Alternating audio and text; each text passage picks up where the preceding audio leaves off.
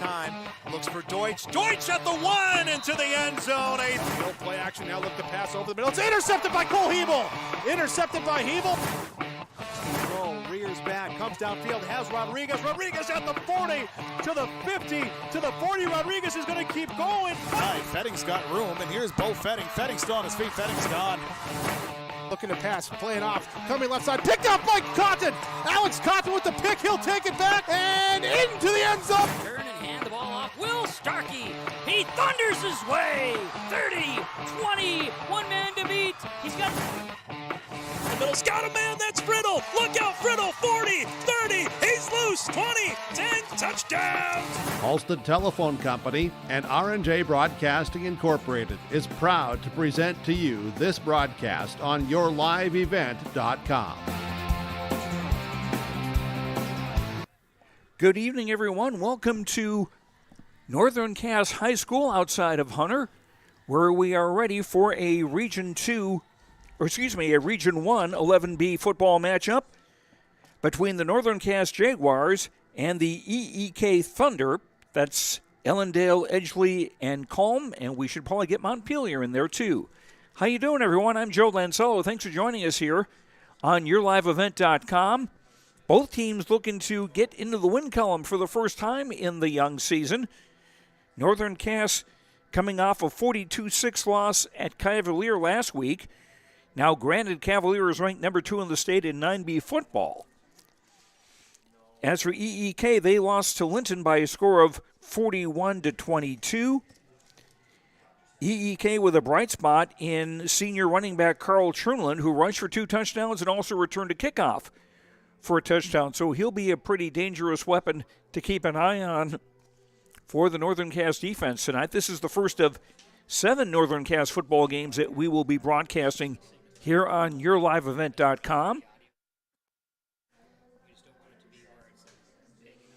The Jaguars looking to improve from a 2-6 record from 1 year ago, and both teams are on the young side. 4 seniors on the Thunder lineup and 3 on the Northern Cass roster. So it'll be interesting to see how these teams develop as the year goes on and what improvements are made from week 1 to week 2. We'll come back, and Mac Robinson will join us, and he'll be checking in with the coaches. He'll be talking to Tyler Euclid of Northern Cass, but first, Garrett Irie from EEK, and we'll check in with Mac on the field when we come back in 1 minute. This is the Irie Insurance pregame show. For all your insurance needs, visit Irie Insurance online at IrieInsurance.com. We'll be back in 1 minute on YourLiveEvent.com.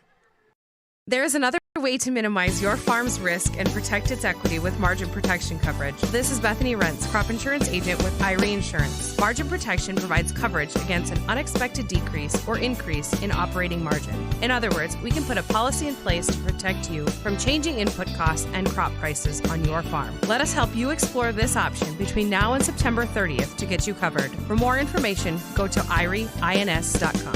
You're protected and appreciated at Irie. My name is Jared, born and raised in Minnesota, and I'm a project director at Enbridge. Enbridge is more than a pipeline company. It's a company participating in renewable energy projects in Minnesota and abroad, and I'm really proud to be working here. We believe a cleaner energy future is achievable. For over 20 years, we've been early adopters of renewable energy, and we're proudly committed to net zero emissions by 2050. To hear more from Jared, visit enbridge.com/Jared. That's JERRID. Welcome back to Northern Cass. Our pregame show continues, brought to you by Irie Insurance. And let's go on the field to join Mac Robinson along with Garrett Irie, the coach of the EEK Thunder. Thanks, Joe.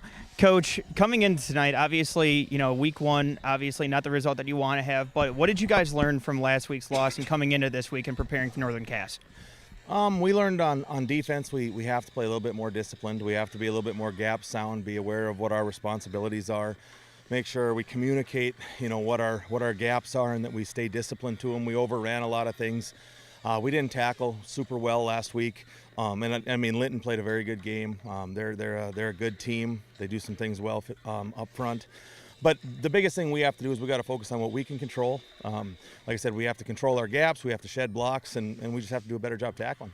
And Coach, obviously it's a young season so far at this point, but obviously you've been around this team for a little while. Obviously it's a younger team as well, not as many seniors on this roster as well.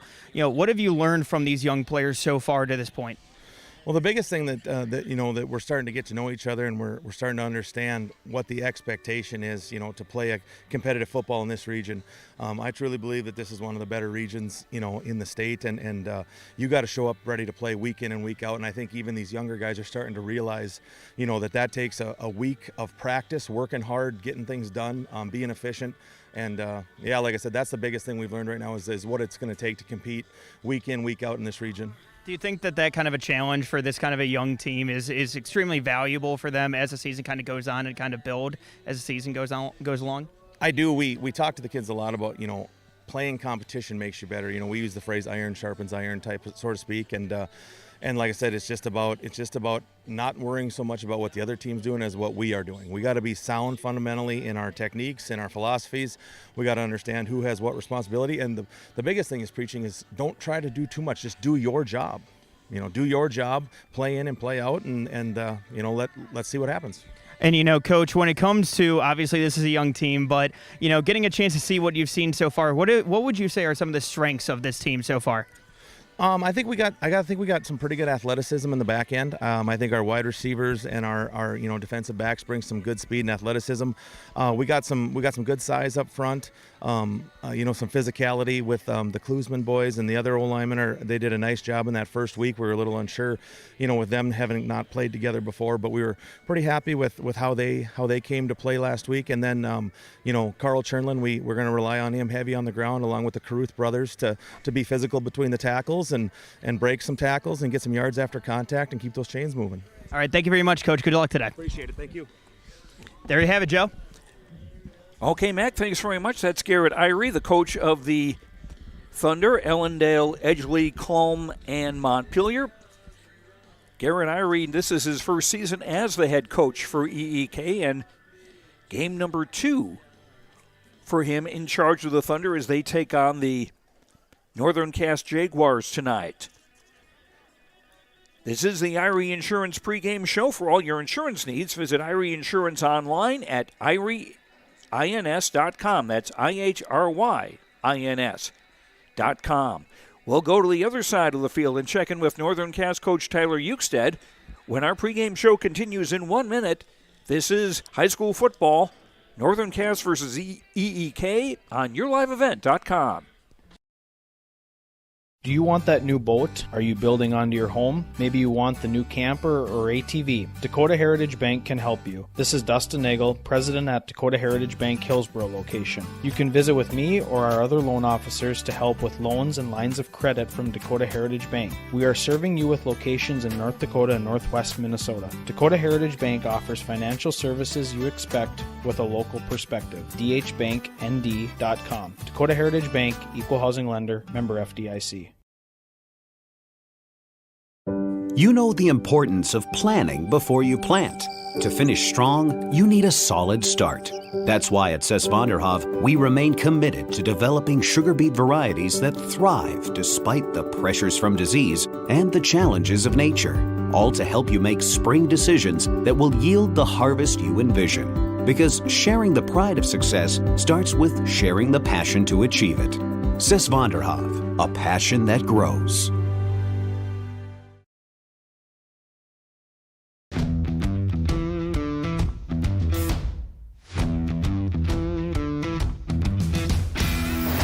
Off on some smaller projects to get me worked up to some of the bigger things built around here. The atmosphere in the shop is very, very team-based, which is great. It's really cool to see the beginning and end product. So it's very satisfying to build something that you know people are really going to appreciate.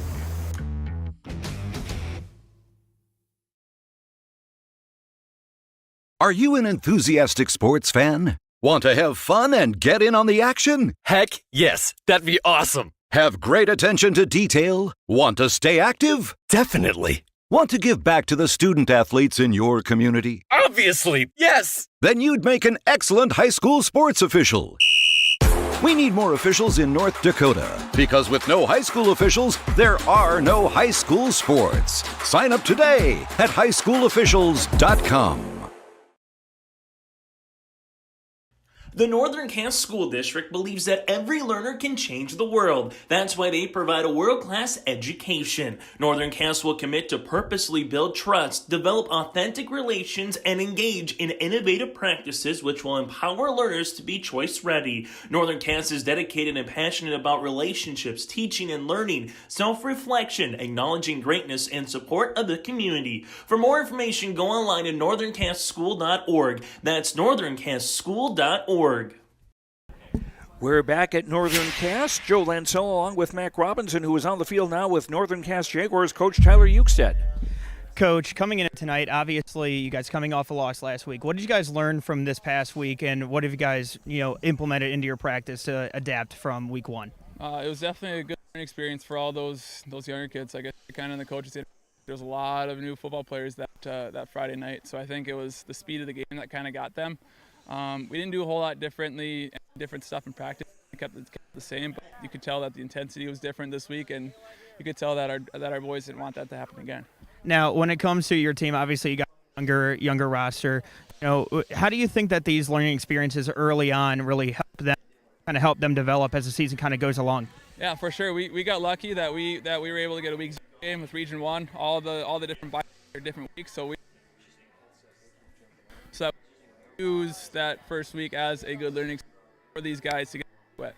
Now, when it comes to, obviously it's a young team, you guys are kind of getting to know each other, everything like that, but at the same time, what are some of the strengths that you kind of have viewed when it comes to this team so far? And our quarterback has taken a huge step from last year. This year he's a sophomore. He understands the offense better, and then that's being tremendously. Our running game should be good. Matthew Hoppy and Reed Bolden, they're good runners. Receivers. There's good receivers, and I think that's one of the strengths for sure. And what are some of the goals that you guys have when it comes to improvements? What are some of the areas that you're focusing on improving so far this year? Negative, obviously with a lot of young guys, just stays with those guys a little bit longer than some guys who've kind of been around. But we've been just trying to hammer home like, hey, bad things happen, move on. All right, thanks, Coach. Appreciate the time. Thank you. Appreciate it. Okay, Mac. Thanks very much. Mac Robinson on the field with Tyler Ukestead, the coach of the Northern Cass Jaguars. We're about 16 minutes away from kickoff on our Irie Insurance pregame show. For all your insurance needs, visit Irie Insurance online at IRIEINS.com. That's IHRYINS.com. Stay tuned on YourLiveEvent.com. We will go over the starting lineups for tonight's matchup between the Northern Cass Jaguars and Ellendale Edgeley Kulm Thunder. And we'll do that when we come back to Northern Cass in 2 minutes. This is YourLiveEvent.com. Honesty, loyalty, integrity. At Bank North, we've remained true to these values for generations. They shape the way we do business, work with customers, and support our communities. We've been here for more than a century, helping people grow farms and businesses, finance homes, and pursue their dreams. It's values-based banking, and it's all about working together to strengthen the common threads that bind us together. Bank North, always true.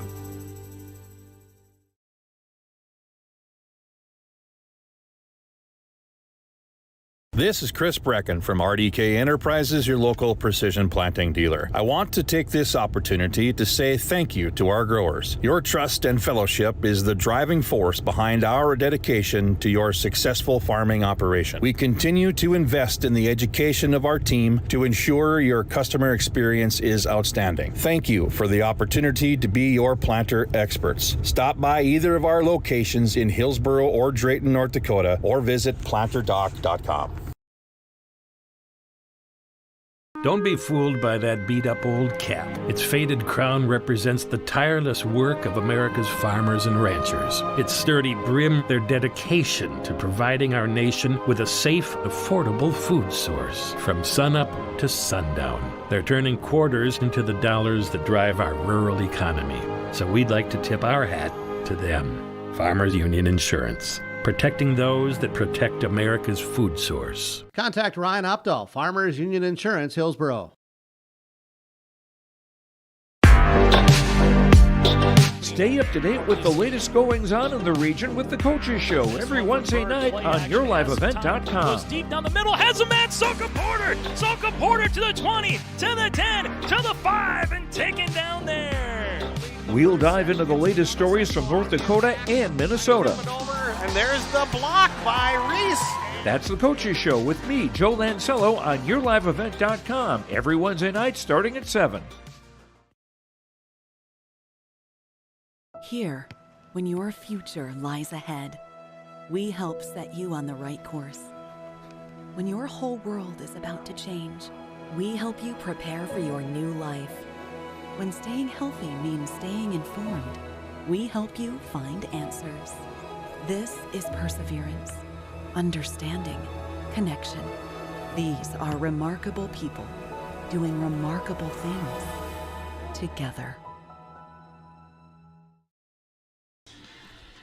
Welcome back to Northern Cass High School with Mac Robbins and Joe Lancello with you on YourLiveEvent.com as we get ready for Week 2 high school football in 11B Region 1 between the Northern Cass Jaguars and the Thunder from Ellendale, Edgeley, and Kulm and Montpelier. Northern Cass won the coin toss, and they will receive to our right as we get things underway here with kickoff about 12 minutes away. Let's take a look at our starting lineups for this evening. First of all, for Northern Cass, the quarterback will be Julian Lichtenberg, 6'2", 205, a sophomore. He was 10 of 19 in the year for 105 yards, no touchdowns, 1 interceptions in the Jaguars' loss to Cavalier last week. The one running back will be Matthew Hoppy, a sophomore, 5'10", 175. Lichtenberg wears number 7. Hoppy will wear number 9. Northern Cass will go with a 4 wide receiver offense. The wide receivers will be number 10, Keelan Monson, a 6'3", 175-pound sophomore, and Matthew Metzger, 6', 145, a sophomore. The 2 slot receivers will be Landon Moser, number 3, 6'2", 160, a junior, and Andrew Skank, 5'10", 175, a junior. Both caught 2 passes last week, Skank and Moser. The offensive line for Northern Cass, Brody Geston is the center. He wears 55, 5'10", 230, a sophomore. At the guards, Max Broneski, 6 foot 250, a senior. Broneski was an honorable mention region player a year ago. The other guard will be Samuel Nelson, 6'2", 200, a sophomore. And at the offensive tackle, 74, Landon Nicholas, 6'3", 255, a senior. And 78, Camden Hodgson, 6'5", 220, a junior. Tyler Eukstead in his second year as head coach of Northern Cass. The Jaguars 0-1 on the season. And they will face an unusual defensive alignment from EEK. This will be a 3-5-2 setup, a 3-5-3 setup. The nose guard will be Ivan Caruth, a freshman. The defensive ends will be Jacob Nitschke, number 7. Ivan Caruth will wear 26, and the right defensive end will be Eli Klusman, a sophomore, number 65. The outside linebackers, number 11, Cole Saylor, a junior, and number 5, Mason Mullen, a junior. The middle linebacker is 55, Noah Klusman, a senior. And the other inside linebackers are 24, Isaiah Caruth, a junior, and 42, Greg Fewer, a junior. 3 in the defensive backfield for EEK. Number 80, Boston Hagan, and number 3, Joseph Cromlick are at the corners. Hagan, a senior, Cromlick, a sophomore. And the free safety is number 4, Brad Kinsler, a sophomore. That's the setup when Northern Cass will have the football. We'll tell you what it will be like when Ellendale, Edgeley, Kulm has the football when we come back in 1 minute, continuing our pregame show brought to you by Irie Insurance. For all of your insurance needs, visit Irie Insurance online at IRIEINS.com, IHRYINS.com. Back in 1 minute on YourLiveEvent.com. There is another way to minimize your farm's risk and protect its equity with margin protection coverage. This is Bethany Rentz, crop insurance agent with IRE Insurance. Margin protection provides coverage against an unexpected decrease or increase in operating margin. In other words, we can put a policy in place to protect you from changing input costs and crop prices on your farm. Let us help you explore this option between now and September 30th to get you covered. For more information, go to IREINS.com. You're protected and appreciated at IRE. My name is Jared, born and raised in Minnesota, and I'm a project director at Enbridge. Enbridge is more than a pipeline company. It's a company participating in renewable energy projects in Minnesota and abroad, and I'm really proud to be working here. We believe a cleaner energy future is achievable. For over 20 years, we've been early adopters of renewable energy, and we're proudly committed to net zero emissions by 2050. To hear more from Jared, visit enbridge.com/Jared. That's JERRID. And we're back at Northern Cass High School outside of Hunter. Joe Lancello and Mac Robinson with you. Let's take a look at the Ellendale Edgeley Kulm starting lineup on offense. Their quarterback is Jacob Nitschke, number 7. He is a junior. In the backfield, Carl Chernland, a senior, number 32. Chernland ran for 2 touchdowns and returned a kickoff for a touchdown last week in EEK's 41-22 loss to Linton a week ago. The fullback for the Thunder is Isaiah Caruth, number 24. He is a junior. The 2 wide receivers, Boston Hagan, number 80, a senior, and number 3, Joseph Cromlick, a sophomore. The tight end is number 10, Nate Gelberg. He is a junior. The offensive line for the Thunder, we have the Klusman brothers as the bookends. 55, Noah Klusman is the left tackle. He's a senior.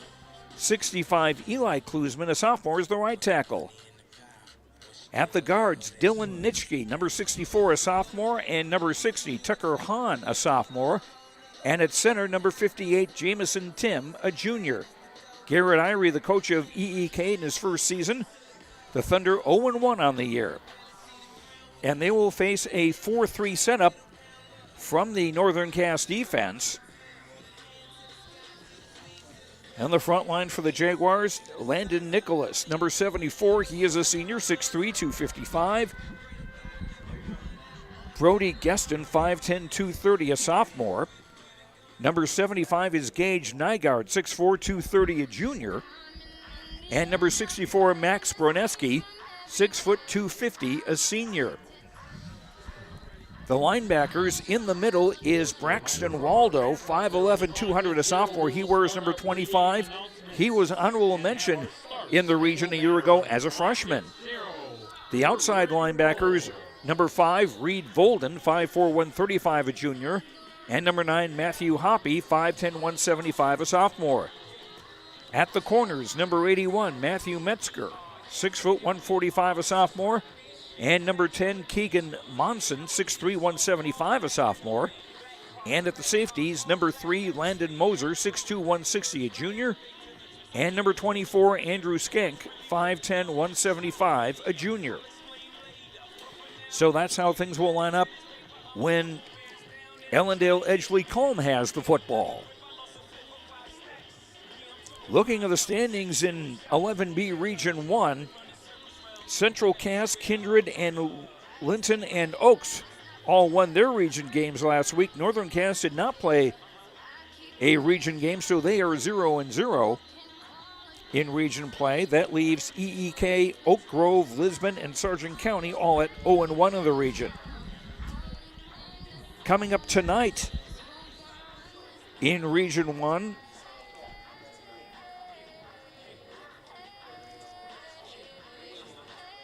Oak Grove is at Sargent County, Central Cass at Oaks, Linton at Lisbon.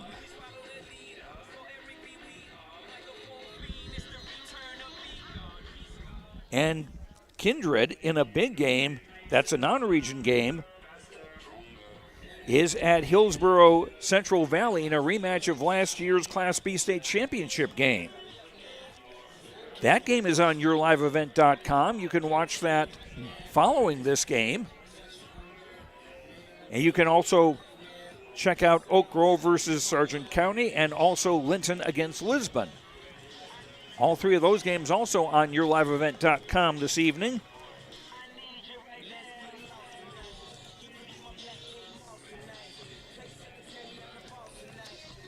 And we are also bringing you on yourliveevent.com tonight. Well, that's it, just the 4 games. Action will pick up next week for sure when the Minnesota high school football season gets underway. So plenty more games to come on yourliveevent.com. As I mentioned, this is going to be the first of 7 Northern Cass football games we'll be broadcasting on yourliveevent.com. We will also be following the Northern Cass Jaguars volleyball team. Our first broadcast of Jaguar volleyball will be their season opener next week, Thursday, the 1st of September, when the Jaguars host Windermere and Widgerwood. 7:15 is the scheduled first serve, so we would be on the air at 6:45, I believe. 6:45, 7 o'clock, according to producer Kevin Kochman. So we'll have plenty of Northern Cass volleyball on for you. In fact, 9 games. 9 regular season Northern Cass volleyball games here on yourliveevent.com.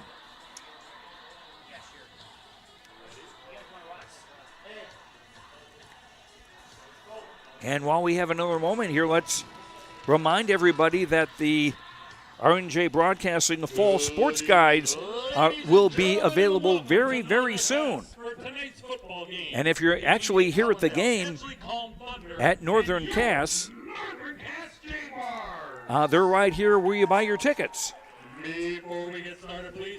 Get a rundown of area teams, their schedules, comments from coaches about what they expect to see this coming season. So we've got plenty of information available.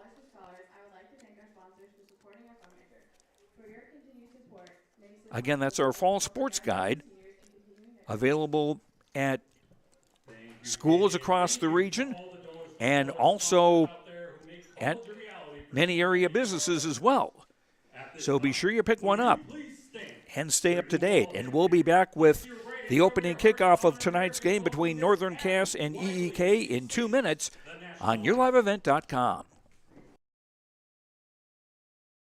Do you want that new boat? Are you building onto your home? Maybe you want the new camper or ATV. Dakota Heritage Bank can help you. This is Dustin Nagel, president at Dakota Heritage Bank Hillsborough location. You can visit with me or our other loan officers to help with loans and lines of credit from Dakota Heritage Bank. We are serving you with locations in North Dakota and Northwest Minnesota. Dakota Heritage Bank offers financial services you expect with a local perspective. dhbanknd.com. Dakota Heritage Bank, Equal Housing Lender, member FDIC. You know the importance of planning before you plant. To finish strong, you need a solid start. That's why at Cess Vonderhoff, we remain committed to developing sugar beet varieties that thrive despite the pressures from disease and the challenges of nature, all to help you make spring decisions that will yield the harvest you envision. Because sharing the pride of success starts with sharing the passion to achieve it. Cess Vonderhoff, a passion that grows.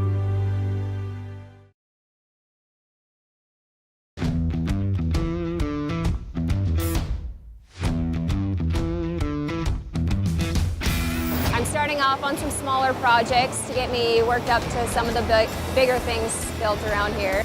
The atmosphere in the shop is very, very team-based, which is great. It's really cool to see the beginning and end product. So it's very satisfying to build something that you know people are really going to appreciate.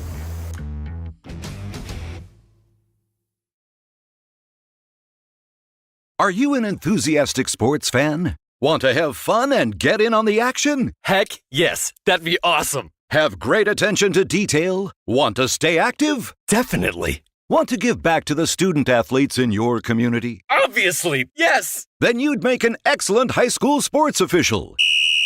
We need more officials in North Dakota, because with no high school officials, there are no high school sports. Sign up today at highschoolofficials.com. And welcome back to Northern Cass High School just outside of Hunter. Joe Lancello and Mac Robinson with you. We're a few minutes away from kickoff between the Thunder and Northern Cass Jaguars. And Mac, I want to go to you on the field with this. This is an interesting matchup. It's not an individual matchup necessarily. It's Northern Cass's 4-wide receiver set against an EEK defense that's a 3-5, but with just 3 men of the secondary facing 4 receivers. Yeah, Joe, when it comes to that defense, I mean, something's got to give because on offense, obviously, you have the 4-wide receiver set, and especially on offense, this is a team that's young. They're hungry. They want to get after it, especially, and try to open it up early on.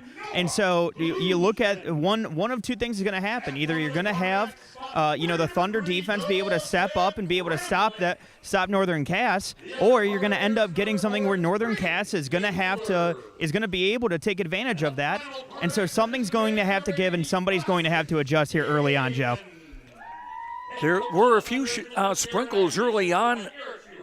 Mac, how are things in the field right now? As of right now, it's only a little drizzle every now and then. You're not getting too much, but there are a lot of dark gray clouds coming in from the south. You have the clear sky. You have the clear sky to the north side of the field, but from the south side, you can see the darker clouds coming in, and you can see that it seems like there's going to be some possible rain here coming on during the game. 67 degrees our temperature as we approach kickoff with drizzle.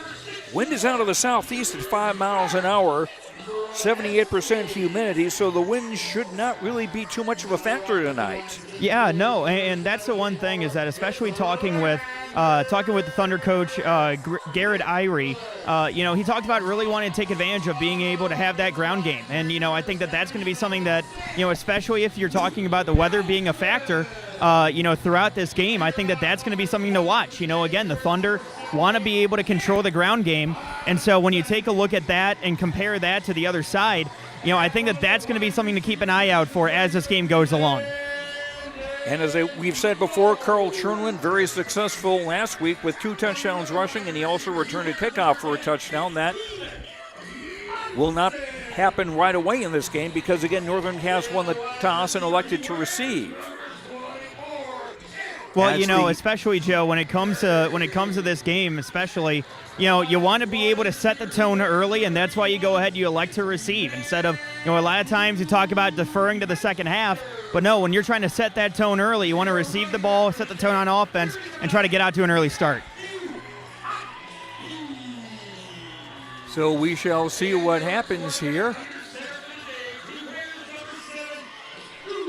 As Julian Witchenberg is introduced to this crowd here for a very hyped up bunch of Northern Cass Jaguars. They'll be in basic black with gold numbers and the black helmets. The same colors for the Thunder, black helmets, but white jerseys, of course, with gold numbers, white pants, black and gold trim.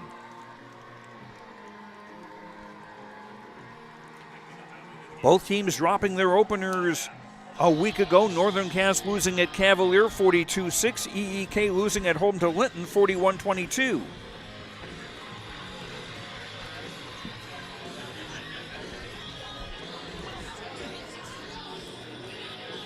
Both teams with a final huddle around their respective sidelines.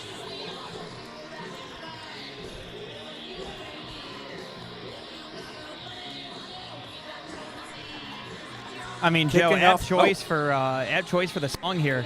Welcome to the jungle with the Jaguars. Yeah.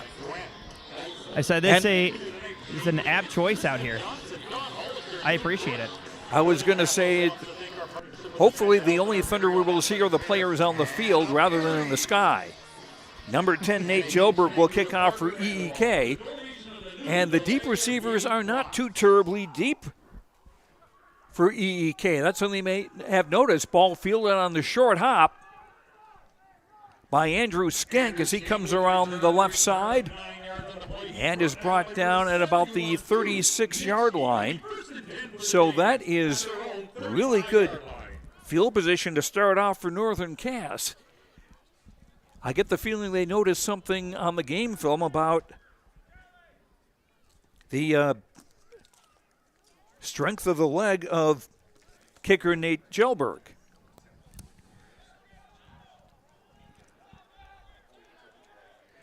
Squadron right.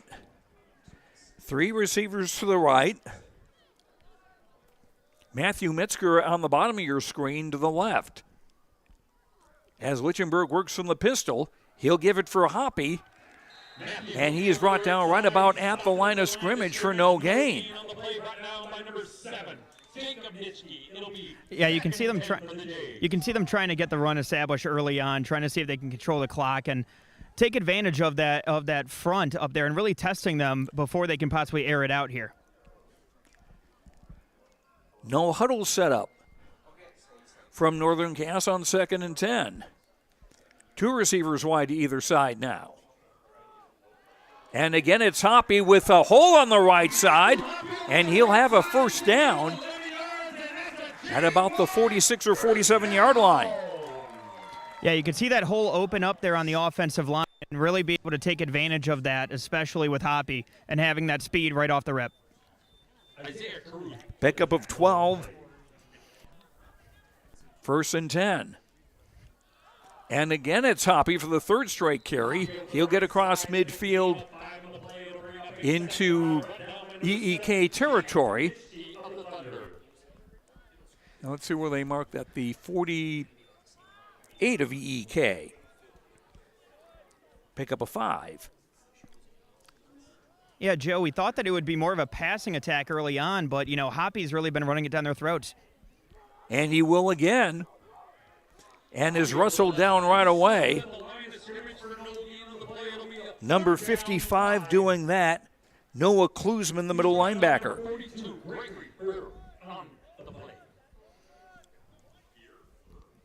No gain. It'll be 3rd and 5 now for the Jaguars. Opening drive of the game. Really test that Thunder run defense here up early and try to see if maybe they can get some play action going here now at this point on down. Metzger and Skink to the bottom of your screen. Now Lichtenberg throw it out. Again, it's Hoppy that he goes to, gets around the corner, down the sideline, and a first down. Yeah, Joe, right before he lost all there for a little bit, he ended up stepping out of bounds. Great move to bounce outside by Hoppy and really trying to extend that play. 16-yard gain to the Thunder 32-yard line. 1st and 10, the second first down of the drive for Northern Cass, the first drive of the ball game.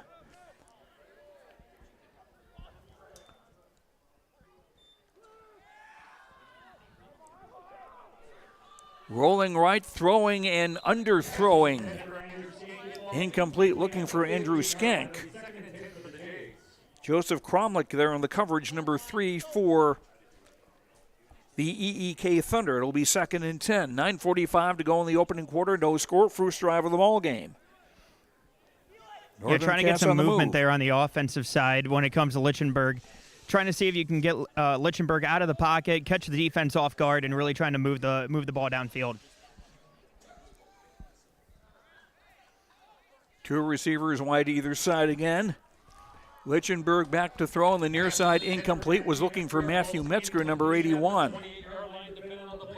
Setting up 3rd and 10.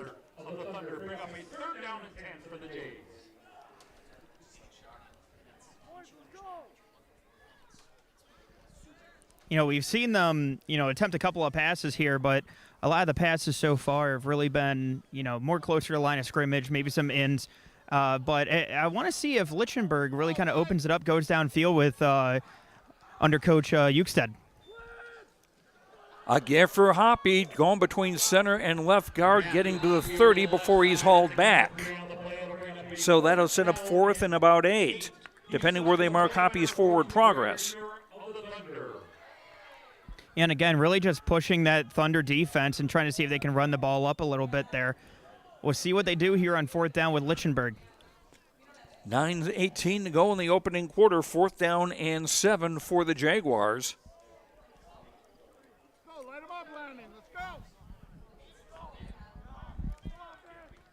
Monson 10 and Moser 3 at the top of your screen. A low snap. Lichtenberg rolling right now. He's going to keep it himself. And he'll be knocked out of bounds just short of the first down. So a good defensive stop by the Thunder, and they will take over with 8:55 to go in a scoreless first quarter. Yeah, Joe, you take a look at that defense, and again, you mentioned that it could have been a possible mismatch when it comes to, that odd alignment when it comes to the front, when it comes to that front. But now you go ahead and see that they were able to hold steady. They were able to, hold the line at that point and really get that stop. And now we can see what the Thunder offense can do. They'll start from their own 24-yard line.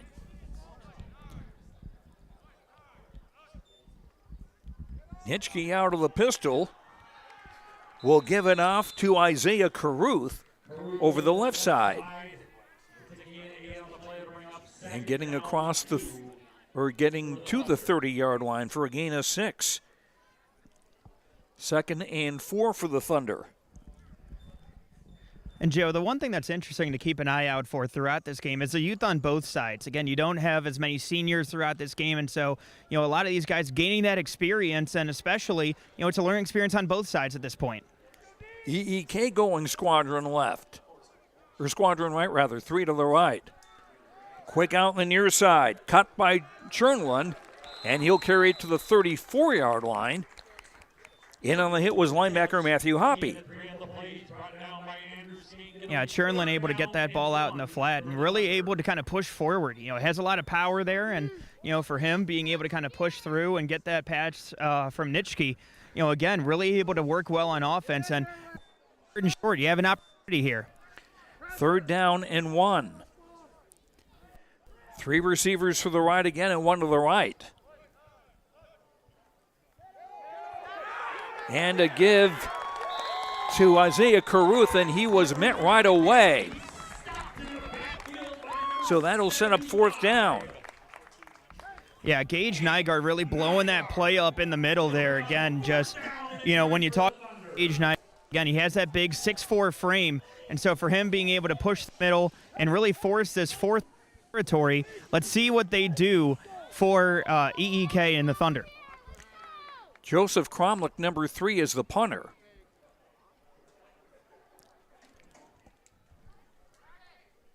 One man back to receive for Northern Cass. And that is Skenk. Picks it up on the run of the 36-yard line. Gets around the corner far side, across midfield. And he'll be run out of bounds in front of the EEK bench. Again, that's the kind of play that can turn the tide and really get the energy going on your sideline. Again, you had the long drive that you had going for the first drive of the game for Northern Cass, and now you get that kind of a special teams play.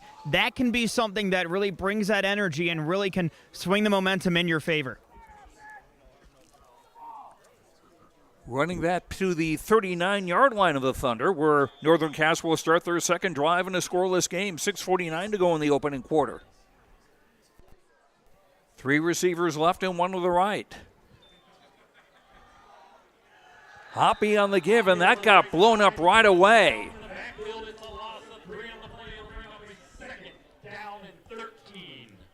Yeah, really great defense there by the Thunder. Again, able to, get off their blocks, get into the backfield, and, Mason Mullen really able to blow up that play in the backfield on Hoppy. Mullen, number 5, the outside linebacker. 25, Brandon Waldo checking the ball game on offense for Northern Cass on 2nd and 13. Full house backfield. And there's a different quarterback actually handing the ball off to Hoppy, and he is close to a first down. Number 24, Andrew Skenk, took that snap. Interesting look there on offense especially, and getting a chance to see Hoppy take it and quickly move up the middle. Gain of 12, making it 3rd and 1. Skenk taking the snap again and handing it off. And there's a rugby scrum at the 30, and I don't know if they got much farther. They needed about 2 yards for the first down. Yeah, another interesting 4th down play here coming for Northern Cass. Again, just a couple of short yards away. We'll see what they're able to do.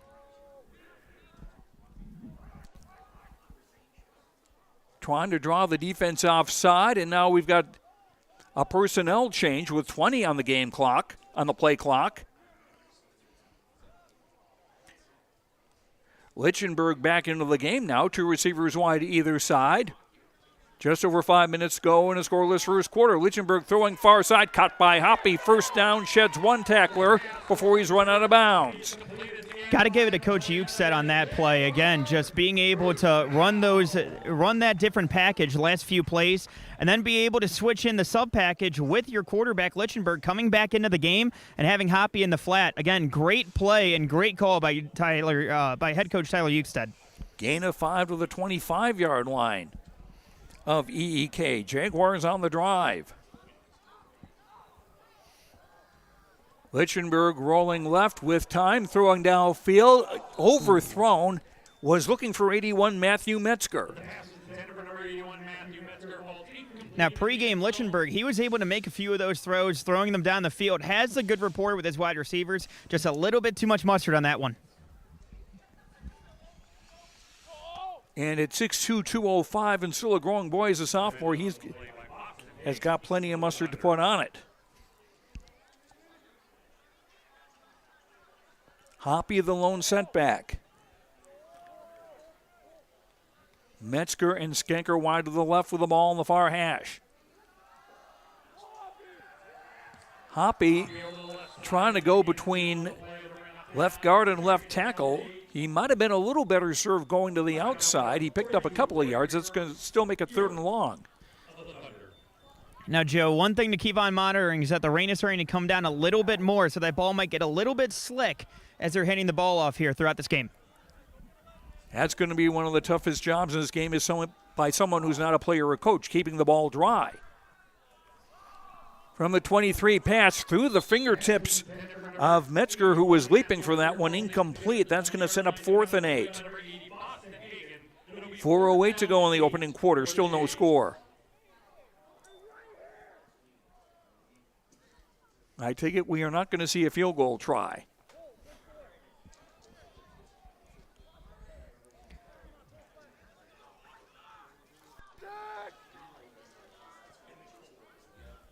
Again, Northern Cass go no huddle. 2 receivers wide to either side. Lichtenberg throwing long down the far sideline, off a hand or off a shoulder. Off Landon Moser, incomplete. And that's kind of aggressiveness that you get out of Coach Ukestead. Again, I mean, we've seen a couple of trickery plays, and, at this point now, you got to expect a lot of aggressiveness for this young team under Tyler Ukestead, again, in his 2nd year here with Northern Cass. Jaguars showing an ability to move the football so far, 3 first downs in this opening quarter. Now the Thunder take over at their own 23 with 4:05 to go in the first. Out of the eye. A give over the left side, just bulling his head forward. First carry of the night for Carl Schernlund, the senior. And Schernlund really, again, just taking the pile and moving it with him at this point. Again, he's been able to really churn his legs, and he's been able to really put out some of those yards so far tonight. Number 58, William Trebwasser, checking into the Northern Cass lineup, replacing Landon Nicholas. 2nd and 2. Toss to the near side, hitting the backfield. The ball's loose. The Thunder able to keep it, but a nice job by the Jaguar defense to force the fumble. Yeah, and great defense there from Northern Cass, trying to poke the ball out. Again, with the rain coming down, makes that ball a little bit slicker. So, again, you have to keep an eye out for that. And great job there by Tucker Hahn. Again, the offensive lineman being able to jump on that, have the awareness to be able to jump on that and keep that ball going for the Thunder. Ball is back at the 25-yard line, making it 3rd down and 8 for EEK with 2:45 to go in the quarter. 2 wide to either side. Nitschke throwing way long. The official was probably the closest one to that ball, so that's going to set up 4th down and 8. With 2:38 to go in a scoreless first quarter. Joe, I got to give credit where it's due. On offense, the offensive line, getting a chance to see, Eli Klusman again taking on the big man there for taking on the big man for Northern Cass. Great job. Cromlech to kick. Skank saying let the ball roll. And Skank is going to just watch the ball die at the 34-yard line of Northern Cass.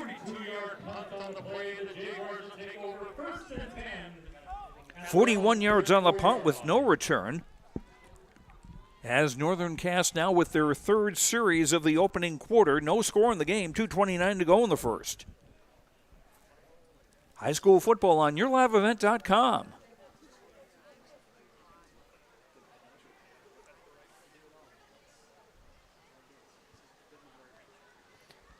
Skies have been pretty much dark all evening.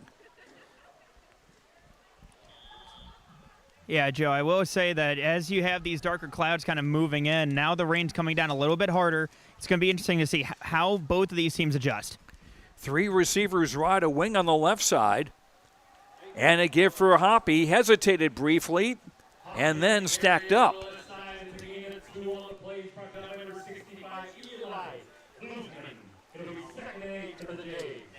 Eli Huseman, one of the defensive ends, in on the tackle for EEK. And no gain on the play. It'll be 2nd and 10 now for the Jaguars as we near the 2-minute mark in the opening quarter. Hoppy again, and this time he is run down. Number 80, Boston Hagan, up from the corner spot with the tackle. Noah Klusman there as well. That'll no gain on the play against. That's going to set up 3rd and 10 for Northern Cass. And, you got to wonder if the Thunder defense, this front that they have, is going to be swinging in their favor because of these elements.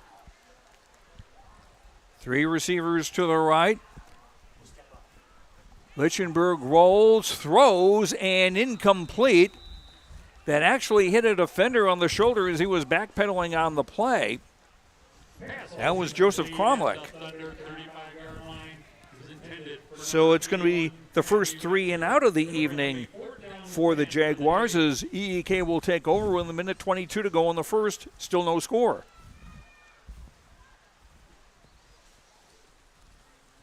Punting is Reed Volden.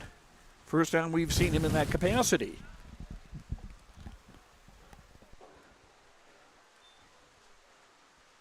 Kick is away low, but it's a ground ball fielded on top of the 30-yard line. And getting to the 40 or just across the 40 was Joseph Cromlech. 36 yards on the punt and 10 on the return. So the Thunder will take over with 1:12 to go in a scoreless first quarter. In decent position at their own 40-yard line.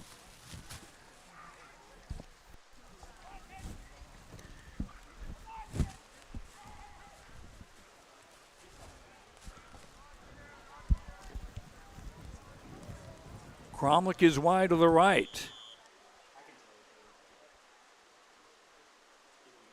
Nitschke under center. Given to the tailback, trying to force his way through, and does for a pickup about 5. That was Chernland. And tackled by Landon Nicholas, 74. 2nd and 5 from the 45. Farthest downfield EEK has been so far in the game as we're under a minute to go in the opening quarter. As the umbrellas start to pop up. Full house backfield. Chernland again, bursting through the left side. He'll still be short, couple of yards short of a first down. Yeah, Joe, you can see the weather coming down a little bit further and further. A lot of rain coming down, slicking down the offense. It's going to be a ground and pound kind of game here so far. I've activated Poncho down here on the sideline. This could be, as they say in horse racing, where we find out who the mudders are. Exactly.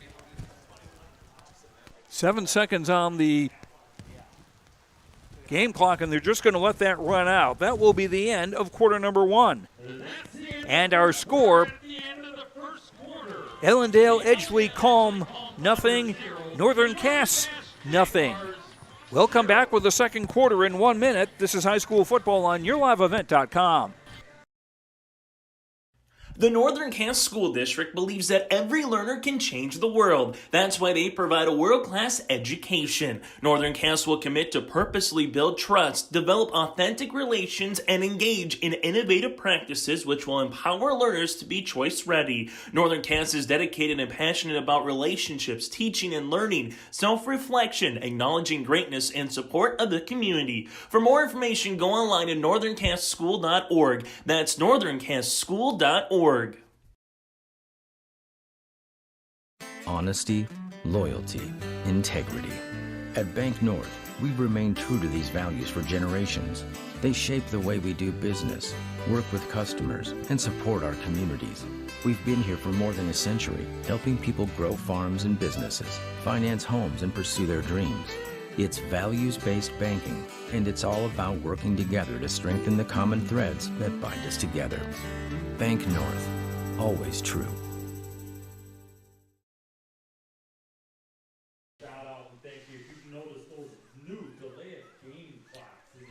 Second quarter about to get underway from Northern Cass. Joe Lancello, Mac Robinson with you. Isaac's on the camera tonight. 3rd down and 2 for the Thunder as they go from right to left in quarter number 2 with the full house backfield. Number 7, Jacob Nitschke is the quarterback. Toss for Chernlin. 1st down and more as he's brought down into Northern Cass territory. The first time that the Thunder has been on the Jaguars' half of the field in this game on the first play of quarter number 2. Looks like we got somebody down here for the Thunder. Trying to keep an eye out. And as he's on his back, I can't really tell who it is. They seem to be looking at his left leg. He is. I thought he was sitting up. So we have a stoppage 12 seconds into the second quarter. And now being helped up off the field. That is Carl Chernland, I believe. It is, and that is not good for the EEK Thunder.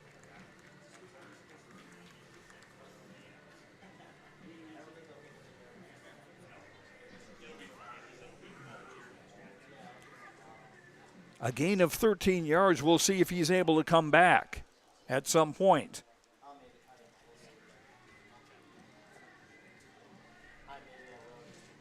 He picked up 13 on that last play to get to the Northern Cass 39-yard line.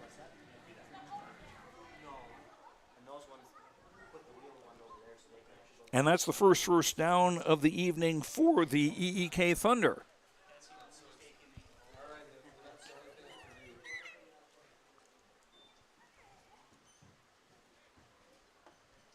Nitschke under center on 1st and 10. Will give to the tailback.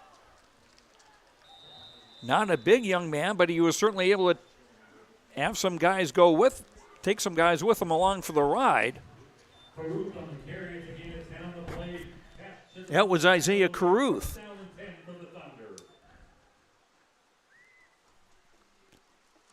And that was a gain of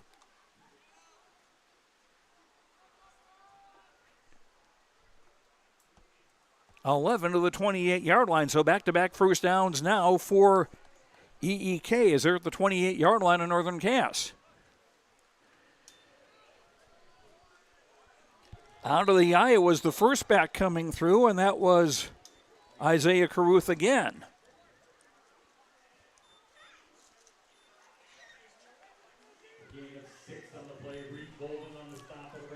Picking up 6 at the 22-yard line, making it 2nd and 4 for the Thunder, trying to break a scoreless tie just underway in the second quarter.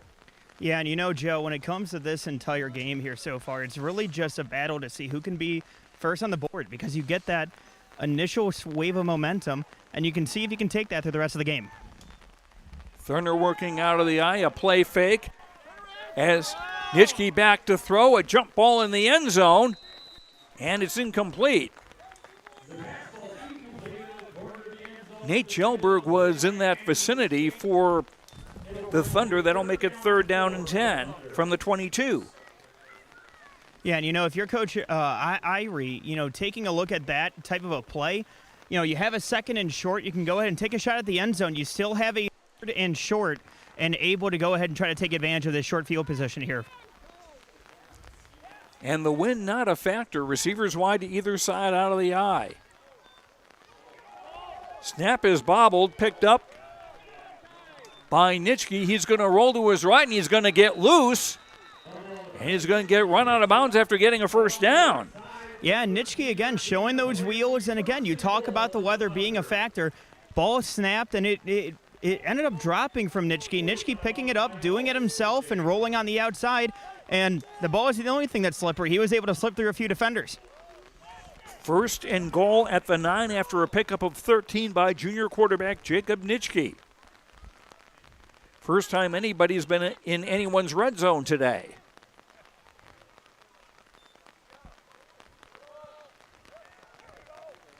Caruth over the left side. Stop at about the 6.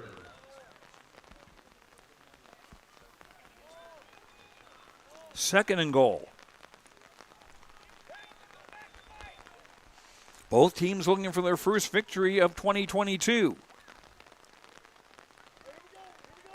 As the rain comes down.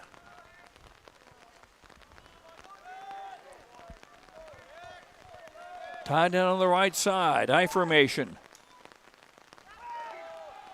Nitschke for Caruth over the left side and in for the touchdown. And that was a nice fake handoff to the fullback, giving it to Caruth. And again, Caruth able to find a little bit of an opening, able to cut through the defense, and Caruth gets a score for the Thunder to put them on the board. 3 minutes and 54 seconds on a drive that went 60 yards in 9 plays. Mason Mullen is on for the extra point. It's a line drive. That's good. 9:18 to go till halftime. And our score is EEK 7 and Northern Cass nothing. The kickoff in 1 minute on YourLiveEvent.com. This is Chris Brecken from RDK Enterprises, your local precision planting dealer. I want to take this opportunity to say thank you to our growers. Your trust and fellowship is the driving force behind our dedication to your successful farming operation. We continue to invest in the education of our team to ensure your customer experience is outstanding. Thank you for the opportunity to be your planter experts. Stop by either of our locations in Hillsboro or Drayton, North Dakota, or visit planterdoc.com. Checking some other scores around the area. It's Oak Grove leading Sargent County 7-0 in the second quarter. Linson HMB is ahead of Lisbon 6-0 in the second quarter. And also in the second quarter, Kindred, the defending 11B state champions, leading Hillsboro Central Valley 14-0 in the second quarter. That game a rematch of last year's 11B state championship game. Nate Jelberg to kick it off. Down the ball field to the 27-yard line to the far side, and getting away down the far sideline is Landon Moser for a touchdown.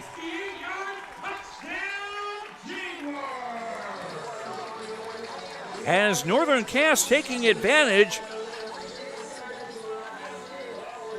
of the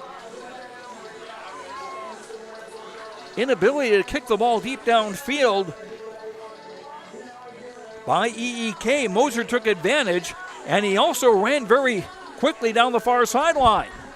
Yeah, and Joe, again, we talk about special teams being an opportunity to swing that momentum. Down 7-0, being able to swing it back. Landon Moser, again, being able to take advantage of that, show that speed, find that lane, and able to kick it down and be able to take it downfield in the end zone. Now we got a tie ball game once again here, awaiting that extra point here.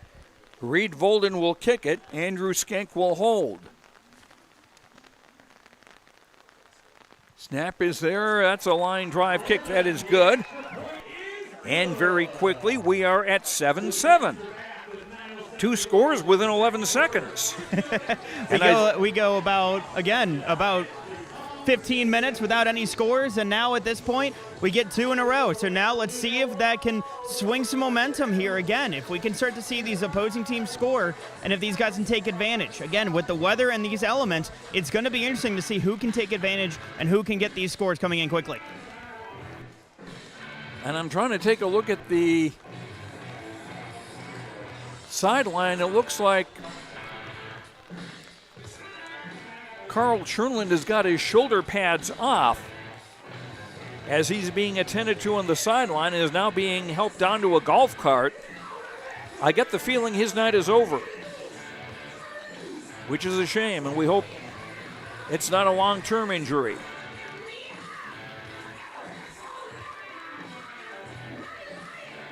Yeah, he really had a productive night. He was playing very, very well. Again, Chernland, doing a great job on the ground. Let's hope that he has a quick recovery here. Reed Volden to kick off in a 7-7 game. This one is popped short, and it's caught. Tumbling catch by Joseph Cromlick, and he fields it at the 34-yard line. This is a good chance, teaching opportunity to remind younger players that you can fair catch a kickoff, and that might have been a good chance to do that right there. Yeah, and I think at that point, again, as a competitor and as a player, you want to have those competitive juices flowing, and seeing that kick return for a touchdown, kind of want to have that anything you can do, I can do better type of mentality when it comes to that type of a kick return. I'm not trying to play the game for the kids. I'm just saying that's something to think of. And a give over the left side, and not much going on for Isaiah Caruth that time as he's brought down by linebacker Braxton Waldo. And Joe, we talk about the momentum swing, and now you can see the energy coming back in with Northern Cass. Again, after that kick return for a touchdown, players slapping the pads, they're ready to go, they're fired up after that tackle. Loss of a yard to the 32-yard line. It'll be 2nd and 11, 8:44 to go till halftime, clock running, each team with all 3 timeouts remaining.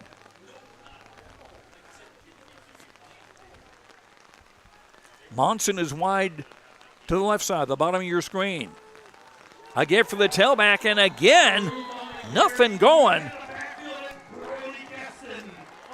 Brody Geston getting into the defensive backfield, or the offensive backfield, rather. And it almost looked like they weren't even blocked at all, Matt. Yeah, and again, the defense front has really done a good job to step up and really stop the run and really kind of clamp down on defense and really have done a great job trying to take away that momentum. 3rd and 16 now for EEK from their own 27. 2 receivers wide either side. Nitschke from the pistol will run with it and will be stopped at the 35-yard line for a gain of about 8, but he needed a lot more than that. Yeah, and Joe, when it comes to Nitschke, again, you saw on that last drive that he has those wheels and he's able to move. But again, that just shows the energy that you're seeing from this Northern Cass defense. And Northern Cass sideline, again, you have that momentum swing in your favor. Now it's all about capitalizing and trying to get a score here on this next drive. 3 and out here is Joseph Cromlick back to punt. Skank back to receive it about his own 34-yard line. Snap is bobbled. And that, I think, will be considered a lateral, but that won't be, and that's a fumble. And it's recovered by the Jaguars. Now we've got a player who seems to He getting up very slowly. That's number 55, Brody Gueston, but that was a mishandled snap and trying to make something out of nothing. And what we have now is a timeout taken by EEK. 6:51 to go till halftime. It's Northern Cass 7, EEK 7. We'll be back in 1 minute on YourLiveEvent.com. Don't be fooled by that beat-up old cap. Its faded crown represents the tireless work of America's farmers and ranchers. Its sturdy brim, their dedication to providing our nation with a safe, affordable food source from sunup to sundown. They're turning quarters into the dollars that drive our rural economy. So we'd like to tip our hat to them. Farmers Union Insurance. Protecting those that protect America's food source. Contact Ryan Opdahl, Farmers Union Insurance, Hillsboro. Stay up to date with the latest goings-on in the region with the Coaches Show every Wednesday night on YourLiveEvent.com. Goes deep down the middle, has a man, Soka Porter! Soka Porter to the 20, to the 10, to the 5, and taken down there. We'll dive into the latest stories from North Dakota and Minnesota. And there's the block by Reese. That's the Coaches Show with me, Joe Lancello, on YourLiveEvent.com every Wednesday night starting at 7. Joe, you got me right.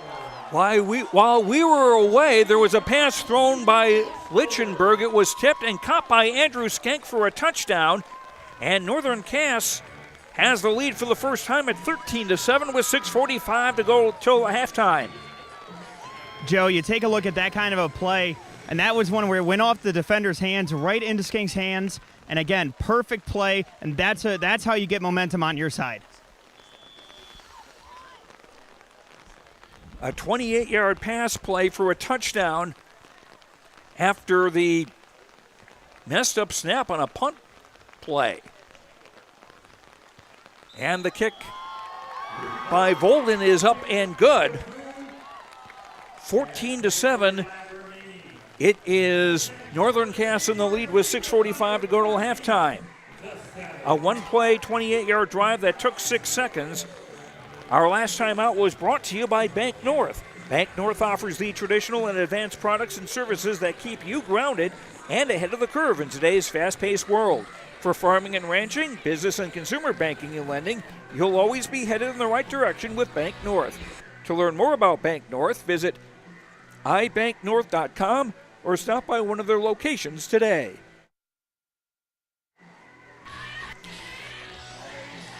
Joe, I would say this, the energy on the sideline has been electric down here. Ever since that kick return for a touchdown, it's been electric down here. Players are jumping, they're hitting the pads, everybody's excited. The energy level has been taken to a new level at this point after 2 quick touchdown plays. As the great wrestling announcer Jim Ross would say, business is picking up here at Northern Cass. 3 touchdowns in a spell of about 2.5 minutes. Caruth with a 6-yard run for EEK. Northern Cass with a Moser 68-yard kickoff return touchdown to tie the game. And now it's Lichtenberg to Skank for a score as the kickoff being returned to the 27-yard line. We seem to have a Matthew Hoppy slow to get up, but is back on the field. Northern Cass going to start at their own, or EEK going to start at their own 36 with 6:38 to go till halftime.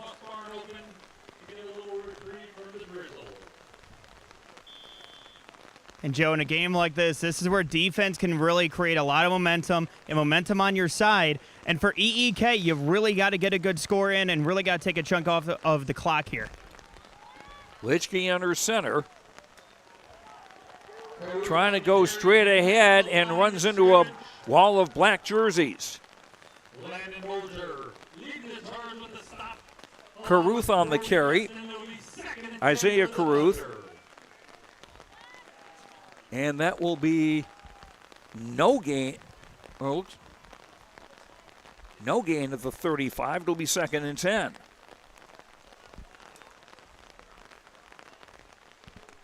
Both teams with 3 timeouts remaining. I had thought that the Thunder had taken a timeout earlier.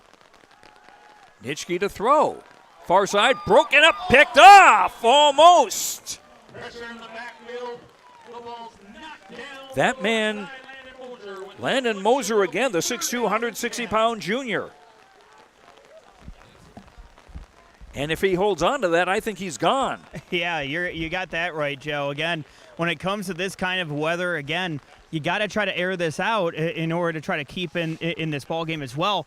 Because, again, when you have the ground game going for you with this rain, that's where you have that momentum on your side. And for EEK, you need a good play here. Again, with 3rd and 10, this is a crucial play for them here in the second quarter. And for both teams, that football getting wetter, and that means it's getting heavier, too.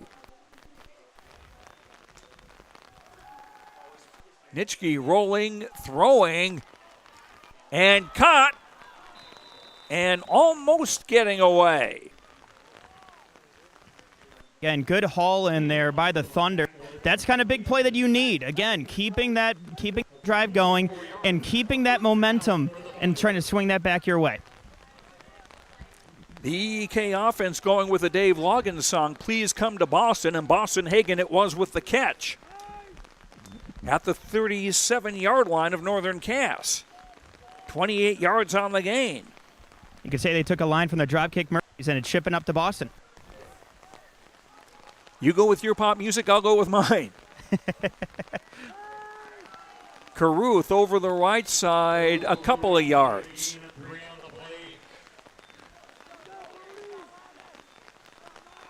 Remember, Ellendale, Edgeley, Kulm without their top running back, Carl Chernlin. He was taken away from the field on a golf cart and most likely is not going to return.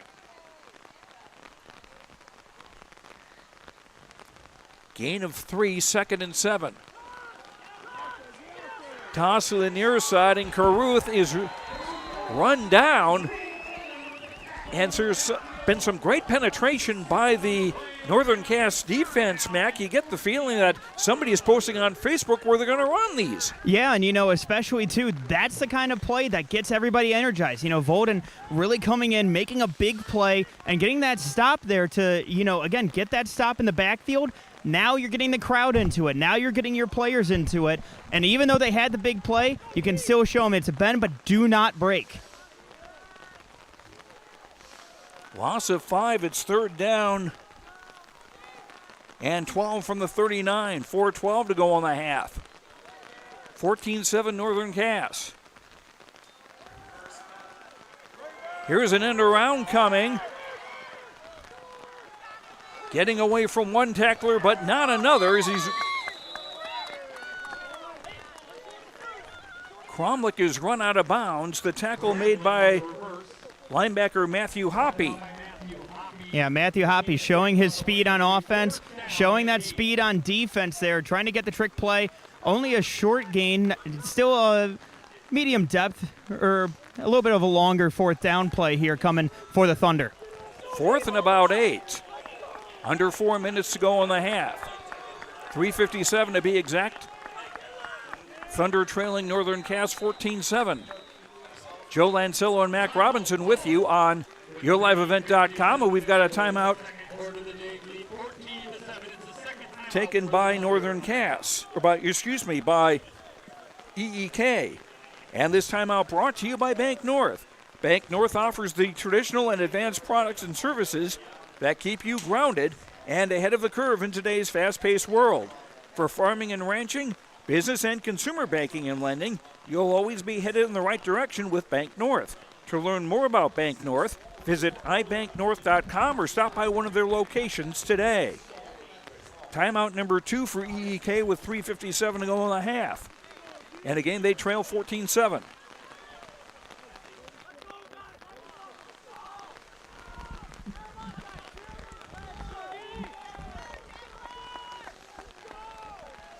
Northern Cass in the black. Ellendale, Edgeley, Kulm in the white outfits. on a rainy night in Hunter.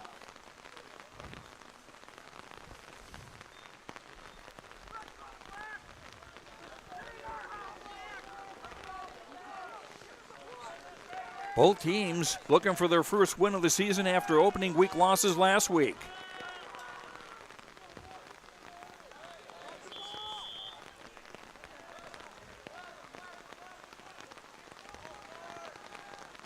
Trying to arrange the personnel. As Nitschke back to throw. Screen. Overthrew his receiver and then couldn't quite hang on to it. The intended receiver was Damien Carlson, a sophomore, number 12. Yeah, Joe, on that play, you can go ahead and see that the rain becoming a little bit more of a factor here as well on that one. Just a little bit too much touch on there, and even for the receiver, just a little bit too much on that ball from Nitschke. So Northern Cass will take over on downs from the 34. They've got 3 timeouts remaining.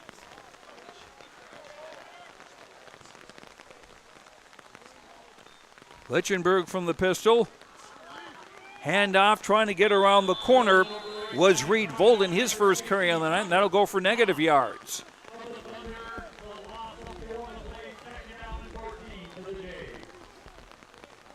And again, trying to get the play going on the outside there. It'd be interesting to see what they're able to do here for Northern Cass. Again, trying to take advantage of this momentum. Again, with less than 3 minutes and 30 seconds left, trying to get that score. Lost 4 on the play to the 30-yard line, 2nd and 14. Hoppy trying to get around left end, and he'll still lose yardage. If he was able to get to the line of scrimmage, that would have been great work by him because he had somebody on his back.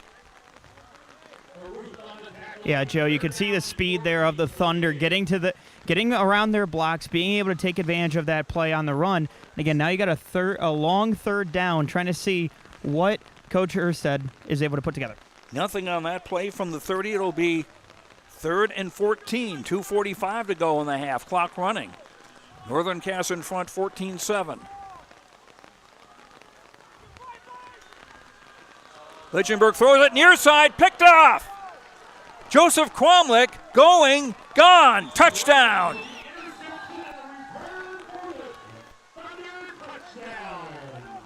Joseph Cromlick with about a 20-yard interception return for the touchdown as he jumped the route. And we're an extra point away from tying the game. And you could see there on that play from Cromlick, just looking at what you're seeing and taking in the play from Northern Cass, able to jump the route and able to go ahead and take that in for 6. Tie ball game with less than 2:30 to go. Mason Mullen on to kick. Kick is blocked. So it's still a 1-point lead for Northern Cass. 2:29 to go to intermission. Northern Cass 14, EEK 13. We'll be back in 30 seconds on YourLiveEvent.com. Here, when your future lies ahead, we help set you on the right course. When your whole world is about to change, we help you prepare for your new life. When staying healthy means staying informed, we help you find answers. This is perseverance, understanding, connection. These are remarkable people doing remarkable things together.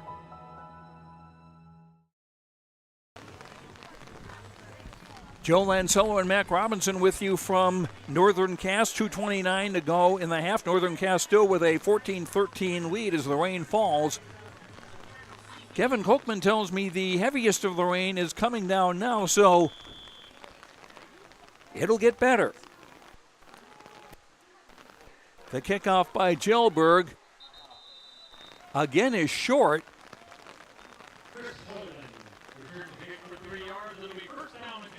And the Jaguars will take over in very good field position at their own at about the 45-yard line. Something they've got to remember too, Mac, is that anytime the kick goes 10 yards, the ball is fair game.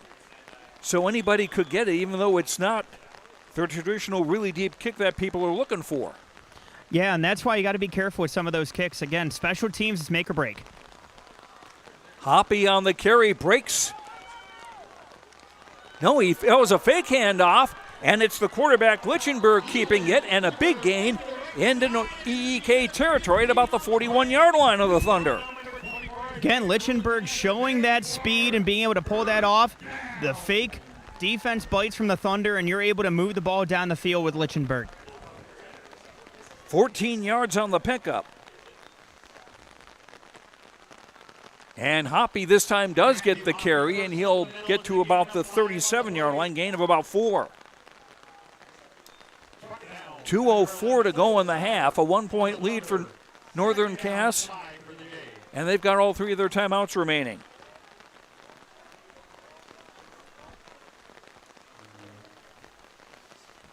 And, here for Northern Cass, again, you have a 1-point lead, but at the same time, with less than 2 minutes, you have your 2 drill. Got to take advantage, got to get some points on the board heading into halftime. 2 receivers wide to either side. Lichtenberg finds Hoppy in the flat. Breaks a tackle. Still going, first down, more. And stopped near the 20-yard line. With 1:25 to go in the half. And again, great play there by Hoppy. Again, being able to break off a tackle, get some extra yards, get that first down. And some personnel changing. Lichtenberg coming off the field, so it'll be Andrew Skent taking a snap. From the 20-yard line. Full house backfield, and our first penalty flag of the night with 1:08 to go in the half. And it's offside on Northern Cass. Now that you mention it, like you said, very clean game. First penalty of the game, and now you see that laundry coming out there from the officials, but very clean game, especially for a young team. 2 young teams. Hoppy breaking through. The crowd scoring. Touchdown Northern Cass. Great play there by Hoppy. Hoppy able to cut in. Again, offensive line doing a great job to open up the hole. Hoppy able to cut up field. He's able to get in for the score. A 55-yard drive in 4 plays. And the score coming with 56 seconds to go in the half makes it 20-13. And we'll see if Reed Volden can add to that here. Hell of a 2-minute drill. Andrew Skenk to hold.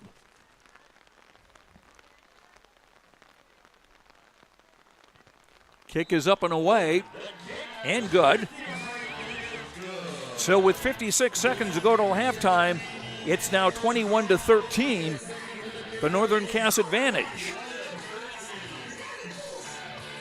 And we'll have the kickoff in 30 seconds on YourLiveEvent.com.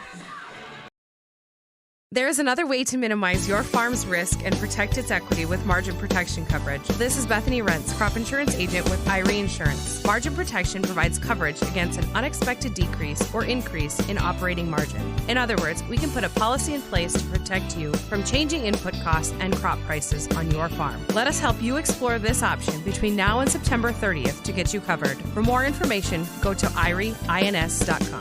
You're protected and appreciated at IRE. After a scoreless first quarter, business picked up in the second. It's now 21-13 in favor of Northern Cass with 56 seconds to go till halftime. That last scoring drive, 55 yards in 4 plays. It took a minute 30. Matthew Hoppy in a 25-yard run. Has Reed Volden to kick it off. Little contact between the 2 receivers, but breaking through to about the 34-yard line, and a penalty flag coming after the tackle. Joseph Cromlick with the return. Personal foul on the Thunder, so that's going to move them back.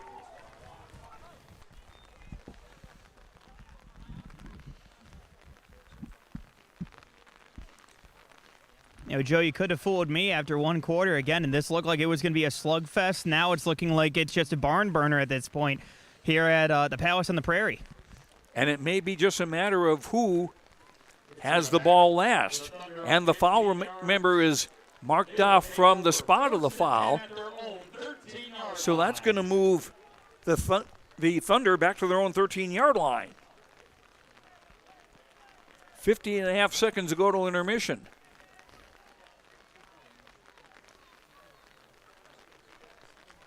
Do you take a knee here, Mac, or a couple of knees and just get ready to receive the second half kickoff, which is what EEK will do? I think you got to go for a big play. Well, they went for a handoff and got nothing. And Isaiah Caruth will have to like it. Yeah, Joe, when it comes to the end of the half here, you know, you're getting the ball in the second half. If you're the Thunder, you know, try to see if you can move the ball down the field, but you know, if not, you're trying to run out some clock here like you're seeing there. Timeout called by the Jays. 44.6 seconds remaining in the first And half. timeout on the field taken 21-13. with 44.6 seconds to go on the half. This timeout brought to you by Bank North. Bank North offers the traditional and advanced products and services that keep you grounded and ahead of the curve in today's fast-paced world. For farming and ranching, business and consumer banking and lending, you'll always be headed in the right direction with Bank North. To learn more about Bank North, visit ibanknorth.com or stop by one of their locations today. And that timeout was taken by Northern Cass with 44.6 to go on the half.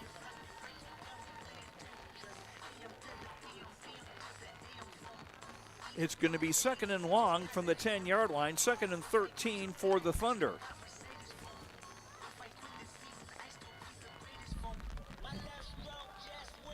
Northern Cass probably thinking here, Mac, about getting them off the field quickly, getting the Thunder off the field quickly, and having a little time to maybe come up with something with good field position, except somebody jumped in the line of scrimmage here. On the Jays, it'll move it up 5 yards. It'll make it second down. And Yeah, jumping off sides there for the Jags there. Again, you have Nygaard at that point jumping across there. But at this point now, again, like you said, you know, if the Jaguars are able to take advantage and able to get the ball back, you know, you could get some quick points and try to extend that lead to more than a one-score game heading into the second half when the Thunder have the ball. At least having a short field to work with. 2nd and 8 from the 15. And following up the middle to about the 20-yard line.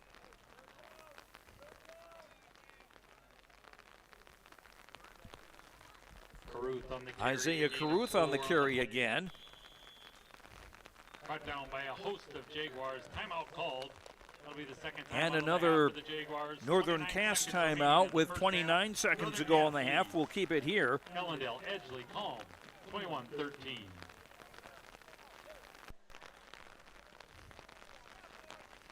Has a gain of 5 to the 20-yard line. We'll make it 3rd and 3 for the Thunder.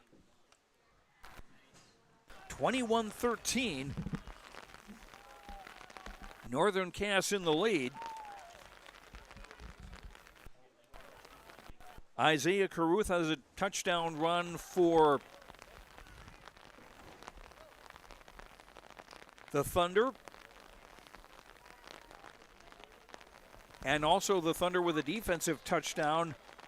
Joseph Cromlick returning an interception for a score of about 20 yards.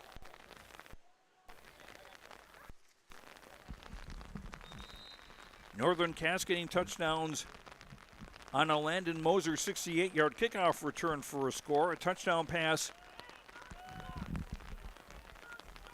from Lichtenberg to Skank. And now Hoppy with a 25-yard run. 3rd and 3. Play fake Nitschke throwing. Has a man at the 35 and a first down at about the 39-yard line.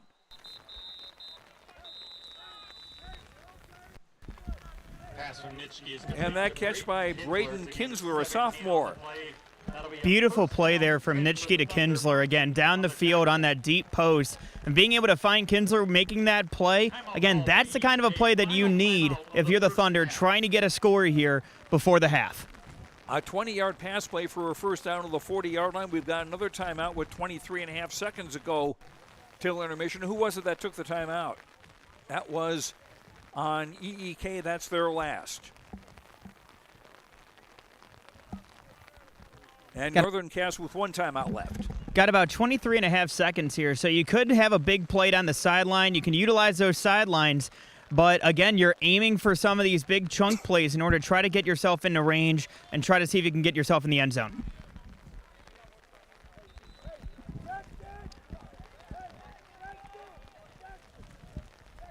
Rain continuing to fall here at Northern Cass. Timeout. It'll be 1st and 10 for the Thunder at their own 40-yard line. I will say the one benefit, Joe, is that the rain, yes, has been coming down, but there hasn't been a great amount of wind, so thankfully that hasn't been added into the elements here so far. But that football's still heavier than it was at the start of the game because of the moisture, no matter how often they switch the footballs. 2 receivers wide to either side. Nitschke to throw, to step up and run. But he started that in the middle of the field. He'll pick up about 7, but he had no chance to get to the sideline, and with no timeouts, that hurts. And time's running out. And he'll just spike the ball there with 6.1 to go in the half, making it 3rd and 3. Yeah, at this point, keep an eye out for the sidelines. Again, they might be able to utilize that, get a better spot than the 47 here, about midfield. So for them trying to take advantage and trying to see if they can make a big play for the end zone by the end here. If you're the defense, you figure the play is going to go to the far side of the field. The short side is the EEK offense goes.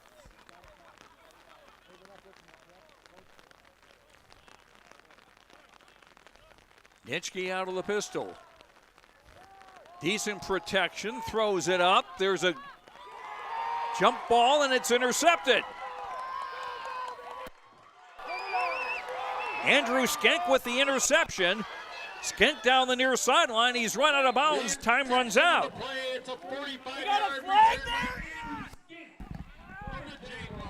A big play by the Northern Cass defense to end the half, as Andrew Skenk comes up with a big pick. And our score at halftime in North Dakota 11B Region 1 football, the Northern Cass Jaguars 21 and the Ellendale Edgeley Kulm Thunder 13. Got a good one here from Hunter, and we've got a discussion with one of the officials, maybe a concern about where the ball went out of bounds or whether time was out. Let's see what's going on here.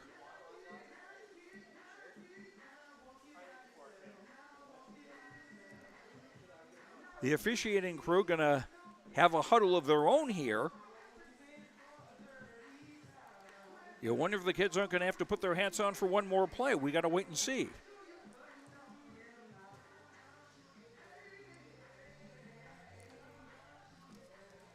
Tyler Ukset arguing his case.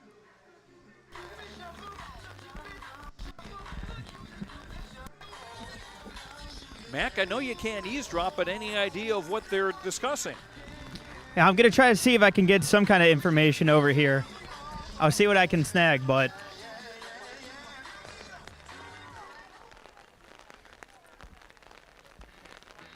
well, did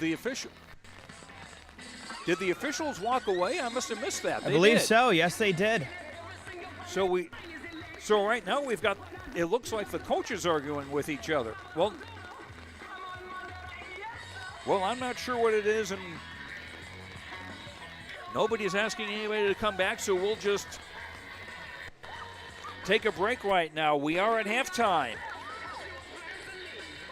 And our halftime will be brought to you by Hunter Insurance. Hunter Insurance Agency is dedicated to providing you the best support for your insurance request from crop, hail, farm, commercial, and home.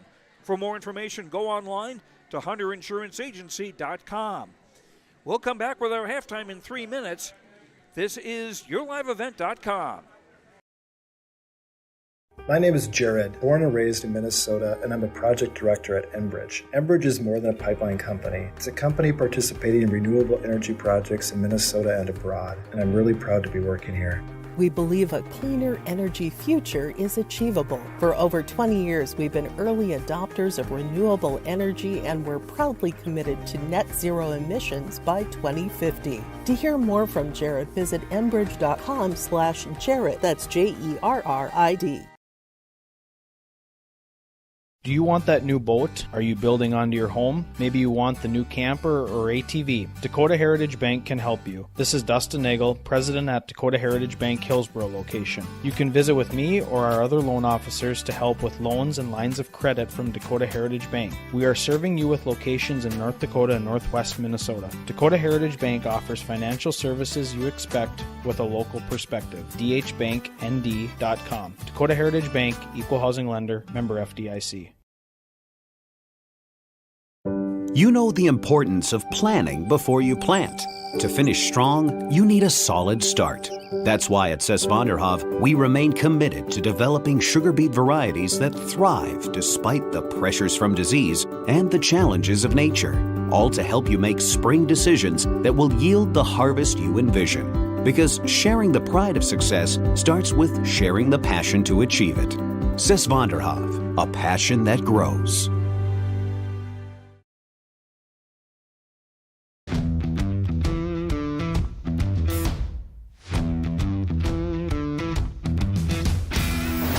Off on some smaller projects to get me worked up to some of the bigger things built around here. The atmosphere in the shop is very, very team-based, which is great. It's really cool to see the beginning and end product. So it's very satisfying to build something that you know people are really going to appreciate.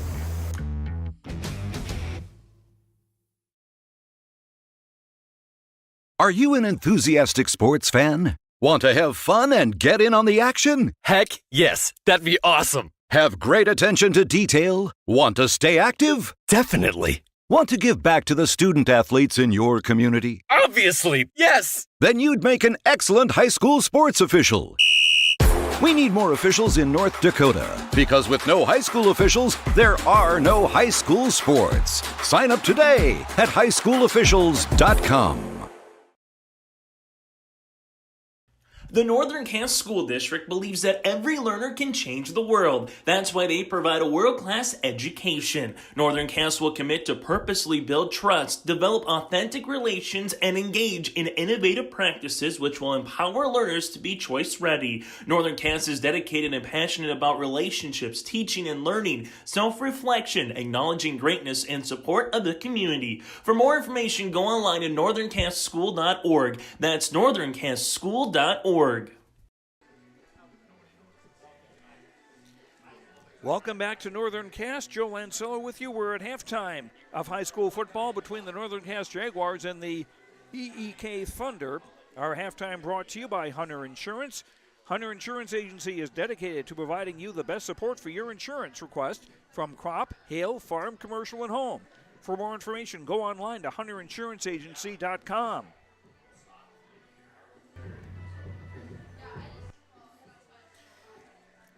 And as we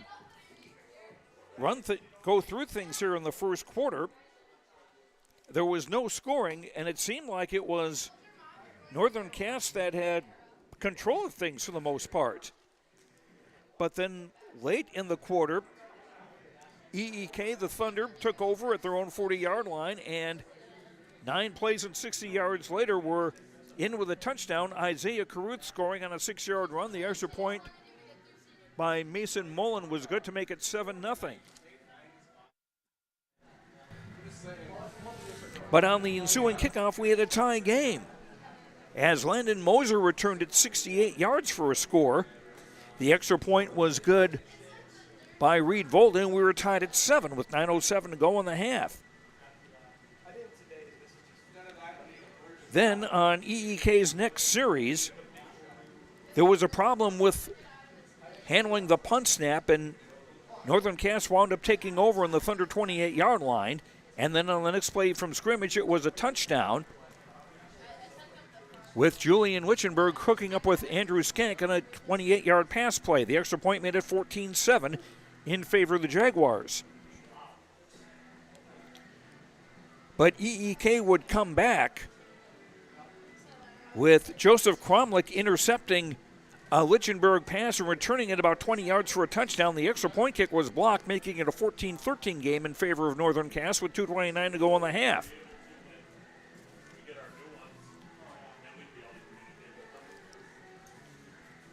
But then Northern Cass would come back, and they would drive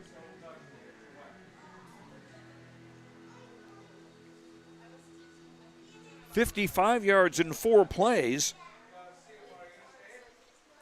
taking a minute 30 off the clock, and it was Matthew Hoppy scoring on a 25-yard run to make it 21-13 with the extra point. That coming with 56 seconds to go in the half. And then to seal things, it was Andrew Skank with an interception on the final play of the half. And it's still Northern Cass 21, EEK 13, and Mac Robinson. I got to think that this is anybody's ball game now. Yeah, at this point, again, you've had that momentum swing going back and forth. You know, again, you were waiting for that first score, throughout that first quarter. And then you started to get a bevy of points kind of coming in, whether it be via special teams with the kick returns coming in. And then you also had that pick six going for the Thunder, being able to create some of those points, create those opportunities. And now at this point you had the Thunder who are down 1 score, down 8. They have the ball coming back in the second half. So at this point, if they're able to take advantage, I think you might be able to see them kind of swing this momentum back towards them, because you've seen Northern Cass, after that kick return for a touchdown, after that big touchdown pass, you've seen that energy on the defense, on the sideline, and out of anything. One of their assistant coaches, he wears a T-shirt that says intensity on the back, and you can see it in the way that he talks to his players, in the way that they handle their business. This team has been all about intensity, and they are a young team, and they are hungry, and you can see them with the lead at half. Checking the Northern Cass stats unofficially, the Jaguars with 7 first downs. Julian Lichtenberg, 4 of 11 in the air for 66 yards. One touchdown, one interception. Matthew Hoppy with 60 yards on 13 carries and a touchdown, the leading rusher in the game for the Jaguars. Hoppy also 3 catches for 38 yards. Skank with 28 yards on 1 catch for a touchdown. He's also got an interception on the night. And Lichtenberg with 2 carries for 19 yards. Haven't had a chance to run down the total up the stats for the Thunder, and I will work on that as best I can. Here's some other scores to pass along to you tonight. At halftime, it's Kindred leading Hillsborough Central Valley 21-0.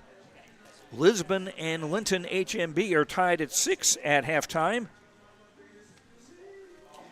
And Sargent County is leading Oak Grove 13-8 at the break.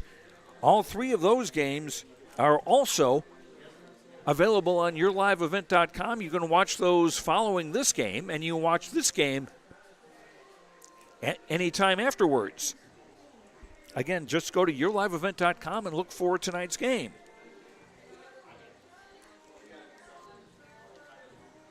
And a reminder that we've got a lot more stuff coming up with volleyball starting this week. On Tuesday, we will have volleyball with, well, actually, we should start with Monday on yourliveevent.com. Mahnomen Waban is hosting Sacred Heart. That's Monday night here on yourliveevent.com. And on Tuesday, Oaks at Lisbon, Oak Grove at HCV, Winmere Lidgerwood is at Sargent County, Fargo North at Fargo South, Winnimac at Clearbrook Convict, Ada Borup West is at Barnesville, and Crookston at Mahnomen Waban.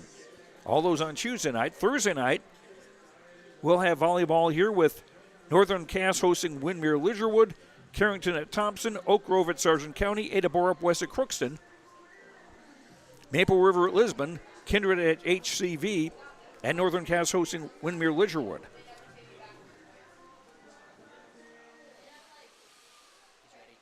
And a And let's go back down on the field and check in with Mac Robinson. All right, I'm here with Coach. And, Coach, I got to say, with that first half, obviously first quarter you were waiting for that first score. That just turned into a barn burner there in the second quarter. It seemed like the energy on the sideline was really kind of going up for you guys, especially with the young team. What have you thought about your first half here? Yeah, absolutely. Those first 2 drives that we had, we were moving the ball. We just didn't finish. Edgeley made some nice plays. We were just one tackler away on our inside zone. Which end would you like to defend? We'll defend that end. And then what really sparked us is Landon Mosher's kick return. Our energy was kind of low when they kind of scored, and they were kind of dead, but then Landon Mosher, big play right after, that sparked us again, and after that, it was just back and forth. I got to say, too, seeing one of your assistant coaches with the Intensity T-shirt, it really seems like he's setting the tone, and the energy that I've seen so far especially. What were some of the adjustments that you guys had, especially going in here? Yeah, Coach Myers is a new addition to us. He brings the energy for us, which is really good. Some adjustments. We got to keep running our inside zone. We're knocking off 4 or 5 yards at a time. We're just one tackle away, so we got to keep doing that. And on that pick six, Julian just forgot one guy's route and just made a bad throw, and that's why. So we're going to come back to sort of those things in the pass game. All right, thanks, Coach, for the time. Thank you. Mac Robinson talking with Coach Tyler Ukestead of the Northern Cass Jaguars. And that is our halftime show for tonight, brought to you by Hunter Insurance. Hunter Insurance Agency is dedicated to providing you the best support for your insurance request from crop, hail, farm, commercial, and home. For more information, go online to hunterinsuranceagency.com.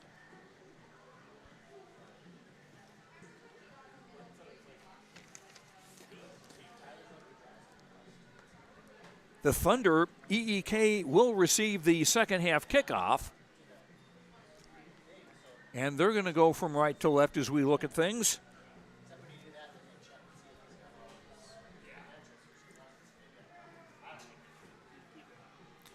Again, both teams coming off losses last week in their openers. Northern Cass lost to Cavalier 42-6. EEK lost to Linton 41-22. But the Thunder also with a big injury loss with Carl Chernlund. Was helped off the field in the first quarter, later left the field on a golf cart. I don't know that he has returned, either in civilian clothes or in uniform. I know he'd taken off his helmet and shoulder pads when they were initially attending to him.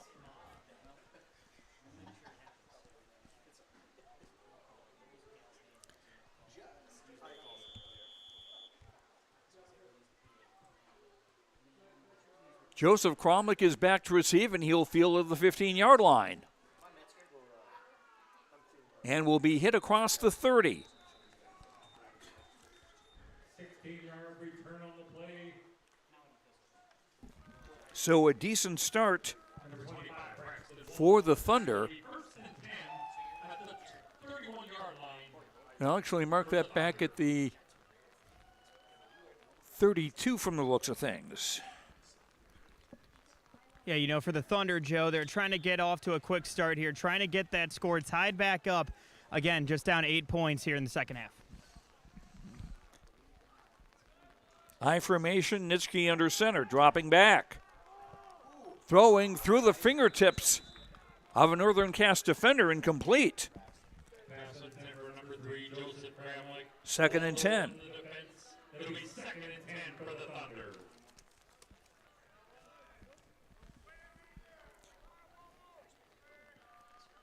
Both teams on the young side, a total of 7 seniors between the two squads.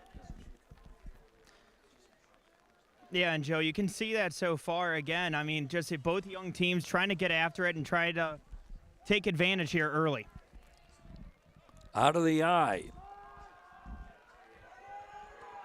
And a toss to the near side for Isaiah Caruth, and he is brought down by Landon Moser. And that'll set up 3rd and long for the Thunder. Yeah, Landon Moser, he's been able to show off some of that speed and being able to get in the backfield there on defense. He's been doing a great job here so far tonight. Moser also with a kickoff return for a touchdown for Northern Cass. And it sounds like the rain is lightening up.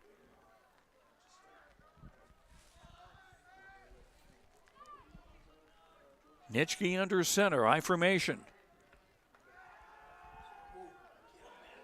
Pressure coming, and the ball is incomplete. Closest to it was Andrew Skank, the safety, as there was some good pressure coming on the outside. I think that was Max Bruneski putting on the pressure, the senior defensive lineman. Yeah, and you can see that Nitschke trying to get a big play going down the sideline, just sailed it just a little bit there on offense. And now for the Thunder, you got to see what they're trying to do here. Obviously going to try to get the stop here coming up on defense with the punt unit coming out. Joseph Cromlick back in punt formation. Skank back to receive at his own 37-yard line. Skank fields at the 44.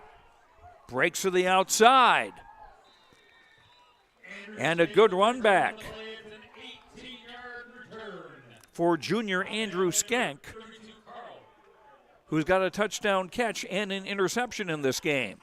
Yeah, and he wanted that trifecta for big plays, and you could see him slapping the ground, being upset at the fact that he thought he had a little bit more room to run, but being able to get taken down, big play there, and now it's going to be a short field coming up here for Northern Cass. A 27-yard punt plus a good return. The Thunder only gained 8 yards in field position on that, actually, to their own 40-yard line. Julian Lichtenberg is out of the pistol. Snap a little low, Hoppy with the handoff, and he'll get a couple. Yeah, low snap there, but quick pitch there from Lichtenberg going over to Hoppy. So at that point, just trying to get a couple of quick yards. Obviously, ball a little slick, so trying to see how that takes advantage, even though the rain has subsided just a little bit here, Joe. The ball is still wet, though, and it's going to stay wet. They don't dry out like players do. 2nd down 9, and whistles. And for a couple of young teams, Mac, we haven't seen too terribly many penalties tonight. Yeah, no, again, for two teams that are relatively young, not many seniors on these teams, you've seen a relatively clean game, not too many flags coming out. So, it's been few and far between, but very well disciplined between both of these teams, between the Thunder and, the Jaguars here so far tonight. Both teams with receivers stacked, or both sides with receivers stacked to either side. Hoppy taking some hits in the backfield, and that'll be another loss of yardage. And again, football is a game of momentum, especially. And so seeing these big plays, getting out in this second half, this has been huge for the Thunder. Even though they're down 8 at this point, this kind of momentum can swing things back their way. If they're able to take advantage and get a stop here on 3rd down, you could see things swinging back towards their way. 3rd and 18 for Northern Cass.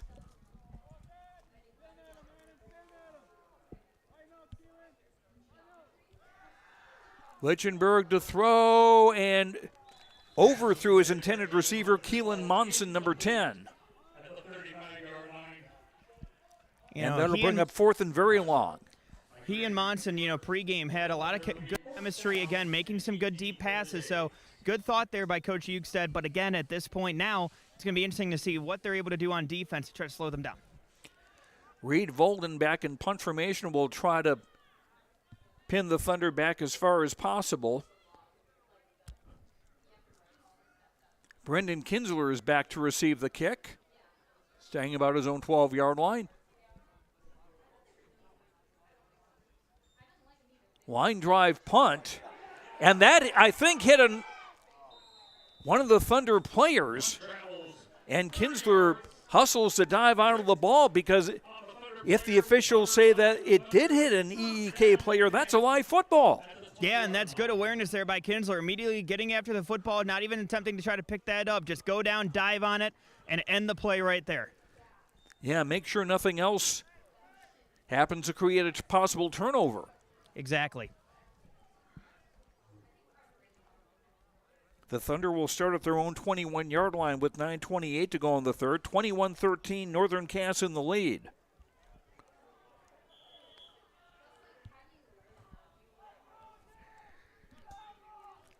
Nitschke working out of the pistol. Under pressure, Sack time. In with the pressure first was linebacker Reed Volden.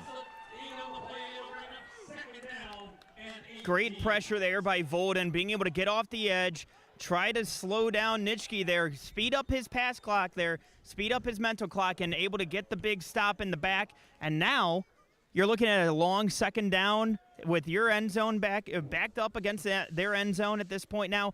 Now it's going to be interesting. Now you have the momentum for the defense. Now I want to see what they're able to do. Loss of 9 on the sack, back to the 12-yard line, 2nd and 19. Nitschke under center will drop back. Screen over the middle. And plenty of yards. Screen pass is complete on the play. It's a gain of 22. That'll be a Thunder first down. I believe that was Damien Carlson, number 12, on the catch.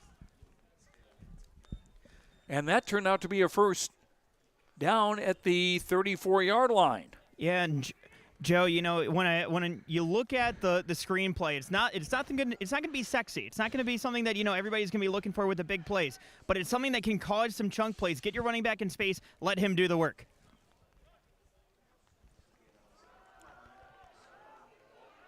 This is Carlson around the left side. Number 12, Damien Carlson. He'll get to the 40-yard line before he's brought down by linebacker Reed Volden.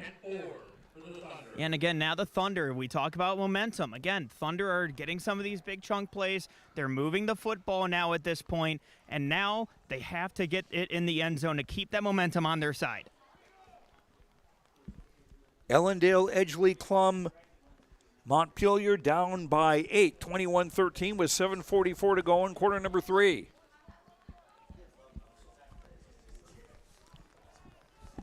Pickup of 6 on the last play by Carlson makes it 2nd and 4 from the 40.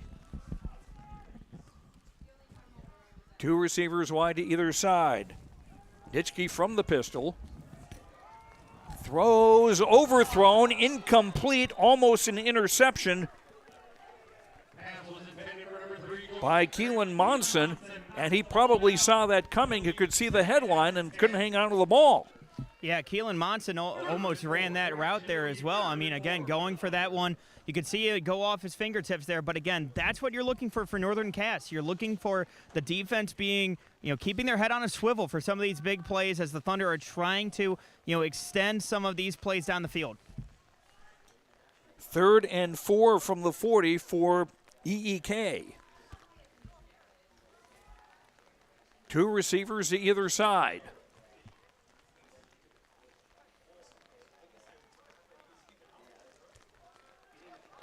Carlson coming in motion, penalty flag thrown. And Carlson taking the handoff on a jet sweep, and that one sputtered into a loss, but we've got a penalty flag on the play. There's a penalty flag on the play.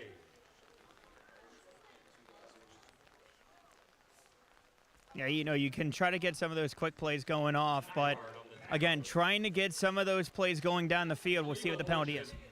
If it's against EEK, Northern Cass might just take the play because they can have their cake and eat it too, lose it down and forcing the Thunder to lose yardage. Yeah, that might be the smart play there coming from Coach Ukestead, who is at the hash mark trying to make his intentions known to his defense what he wants. Illegal motion is the call, and we've got a face mask penalty on the Jaguars at the same time. Okay. So that's a never mind.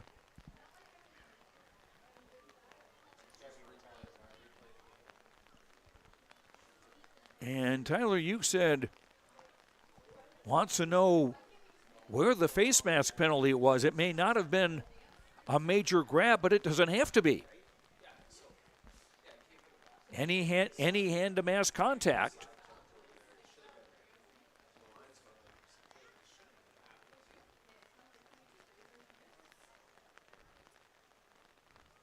Coach Ukestead not terribly happy, and understandably so. officials seem to be discussing it. And, I mean, if you decline that penalty, then then you're looking at the play that did happen. So now you're looking at another penalty. So, I mean, it's interesting to see how it ends up coming about here. See what the decision is. Or is it something? Well, it's a first down for the Thunder, so apparently it's the personal foul penalty, the face mask, that will make the difference or take precedence here. It's a first down to the 45-yard line for Northern Cass, for EEK rather.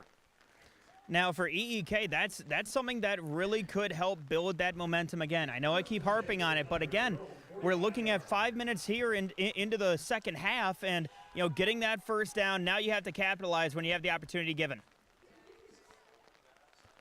Nitschke under center, dropping back. Pressure coming. Pass is overthrown and in and out of the hands of Matthew Metzger.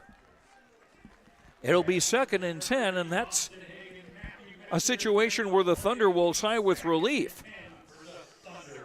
Yeah, and at that point, again, for the Thunder being able to, like you said, breathe a sigh of relief here at this point. Metzger had the ball, and again, now for the defense for Northern Cass, you're trying to just get a stop, that's all. And you have 2nd and long at this point, 2nd and 10. Try to get a stop here, try to force him into a 3rd and long situation. EEK from their own 45, 6:49 to go in the third. Thunder trailing 21-13. Sweep left, loss of about a yard. Charge led by Andrew Skenk, the safety. Yeah, and something to keep an eye on, too. Gage Nygaard, he's really been able to, force his way through there on the left side, and he was able to create some penetration, force him to bounce outside, leaving his teammate up there for the tackle. Nygaard, number 75, the defensive front for the Northern Cass Jaguars. No gain on the play, so 3rd and 10 for the Thunder. Full house backfield, Nitschke under center. He'll give it off. Oh, good contact by Skank. On the running back, Isaiah Caruth. And that's one of those plays, Joe, that, again, can really get people fired up. Again, defense at that point feeling themselves on 3rd down, getting that 3rd down stop, forcing a 3 and out, excuse me. After a couple of first downs won by a penalty, the Thunder will have to punt it away now with 5:58 to go in the third. No scoring in the second half. All the scoring in this game coming in the second quarter, in fact. It'll be 4th down and 10 for the Thunder.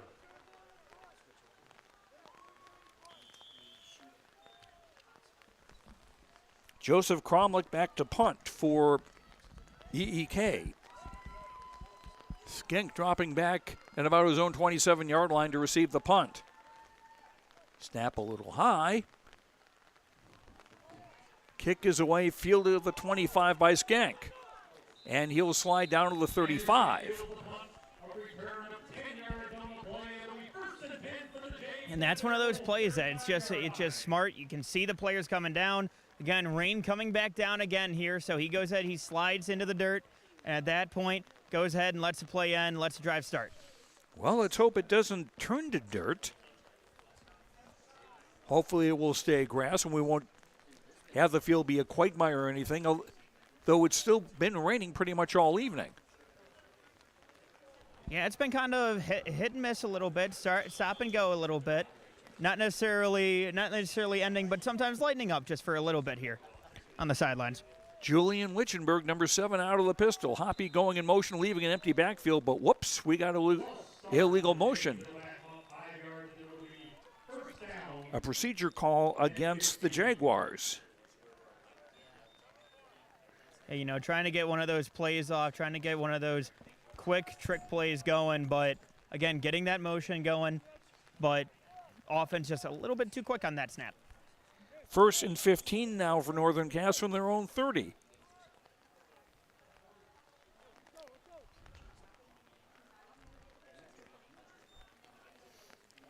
Same play. Pass caught by Hoppy, spins past a man. Run out of bounds near the 40-yard line. Yeah, great play by Hoppy there. Again, quick spin move, and we talk about the ball being slippery, but again, Matt Hoppy being slippery there, coming out of the backfield, being able to slip off a defender.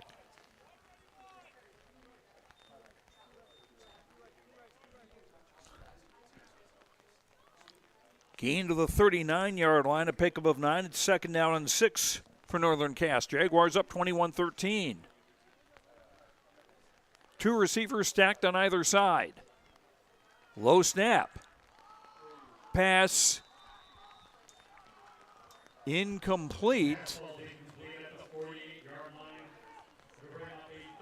Pass was tipped, was intended for 81, Matthew Metzger. That'll set up 3rd down. Yeah, we'll see what Coach And Yuksek 6. I'm sorry. No, that's okay. That's okay. Yeah, we'll see what Coach Yuksek can call up here because, again, 3rd down and 6, it's something that it's a little bit long for you, but, again, it's still manageable. So I'm interested to see what the Jaguars end up calling here on offense. Monson and Skank to the bottom of your screen. Looking left, drop the football, plain and simple, and fortunately Lichtenberg able to fall on it. And again, this is where the elements play into it. Joe, you said it perfectly. The players might get drier a little bit as the rain kind of subsides a little bit here and there, but ball certainly doesn't, and the ball just slipped a little bit out of Lichtenberg's hands on that play. That brings up 4th down at the 32-yard line.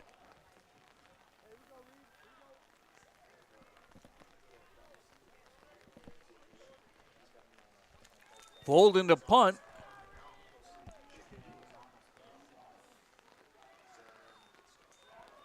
And waiting to field the punt of the 30-yard line was Isaiah Caruth.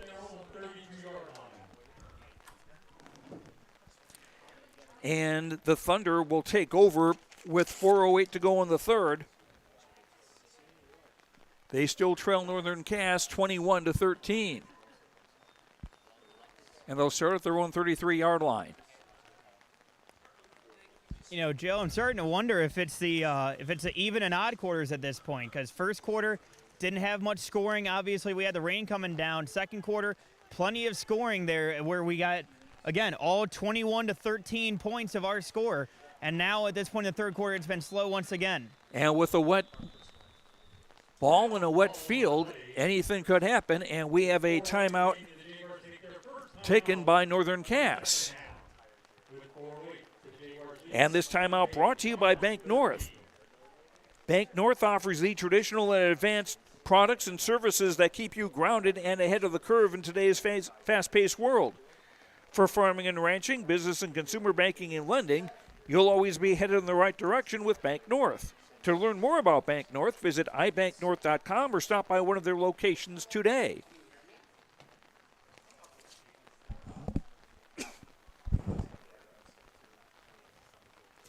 First timeout taken by either team in the second half. As Mac mentioned, all the scoring in the second quarter. Isaiah Caruth, a 6-yard run to put the Thunder in the lead 7-0. Landon Moser with a 68-yard kickoff return for a touchdown to tie the game. Then it was Julian Lichtenberg to Andrew Skank, a 8-yard pass to make it 14-7. An interception returned by a touchdown for Joseph Cromlink made it 14-13 as the extra point was missed. And then Matthew Hoppy with a 25-yard touchdown run.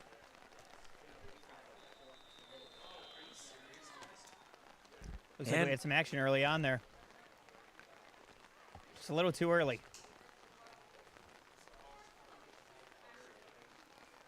And who's the one that moved? And this is going to go against EEK.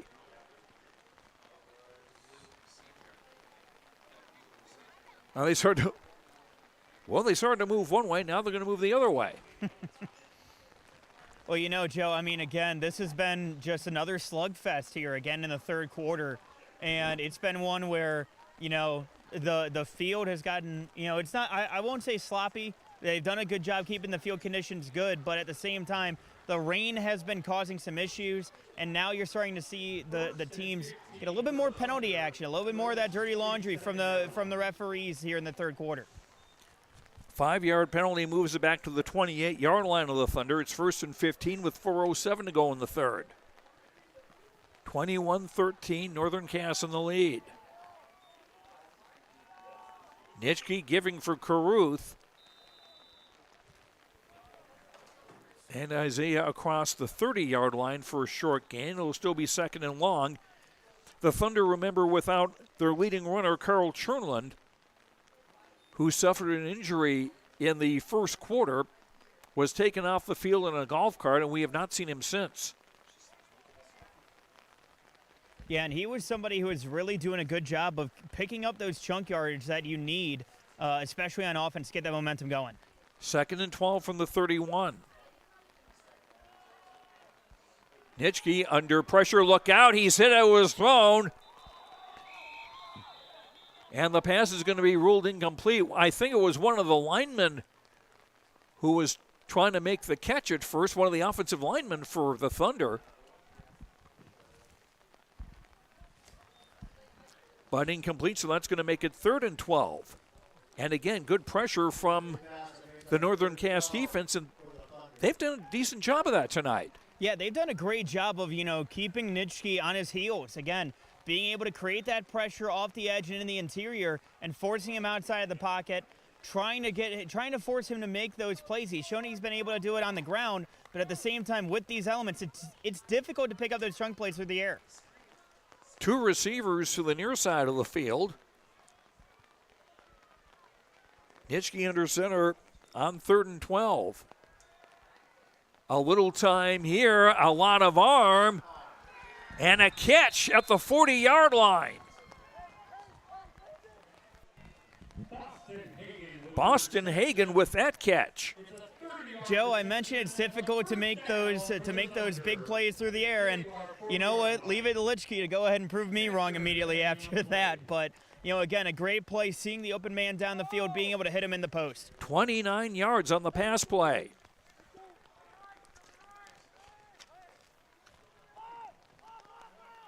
Nitschke under center out of the eye now at 1st and 10 in Northern Cass territory. Caruth bowling straight ahead for 5, maybe a little more. Yeah, and Caruth, that's that power running football that you see. And again, being able to just run behind his interior offensive linemen, be able to push them to go ahead and create that extra yardage. Now you have a 2nd down, 5 yards to go at this point. Again, now it's manageable. You can take a shot here, and you still have a reasonable 3rd down play. Under 2.5 minutes to go in the third quarter. Northern Cass in the lead, 21-13.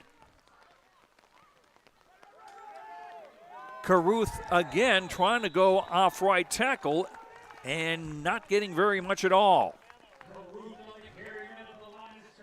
Joe, you got to give credit where it's due. Again, we talked about that Northern Cass defensive line. They've done a good job of setting the edge, being able to stop this Thunder rushing attack from bouncing around the outside. And so at that point, again, stopping it at the line of scrimmage, maybe losing a yard.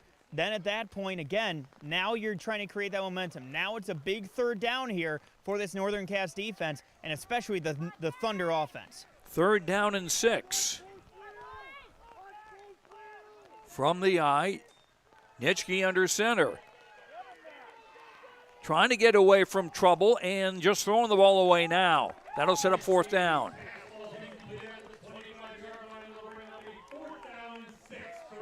So 4th and 6 for Ellendale Edgeley Kulm. And this is one that they got to go for.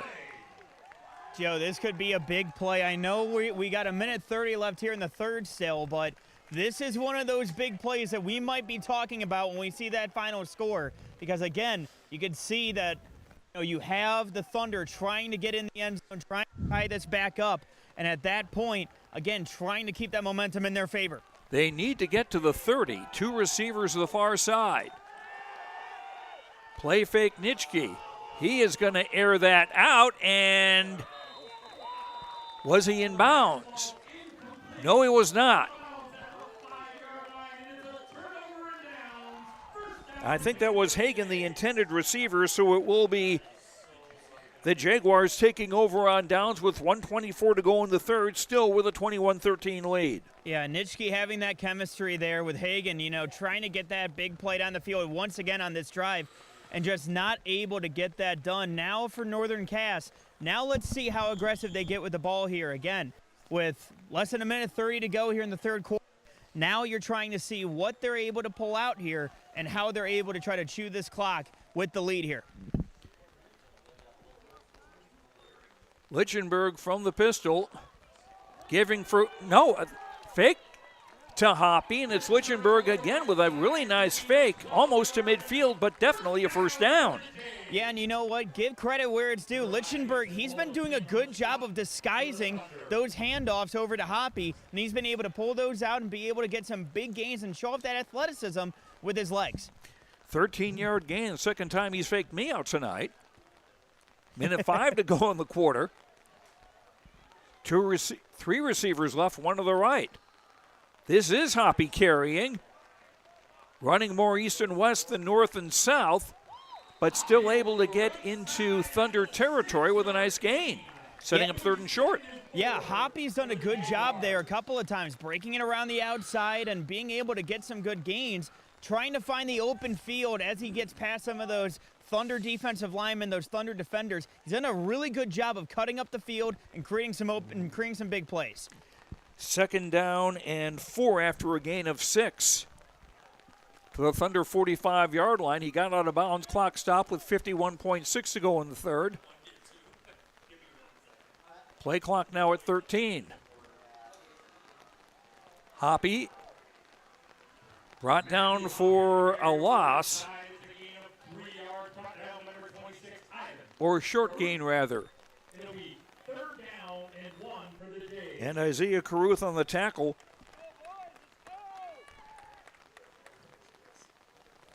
Pickup of 3.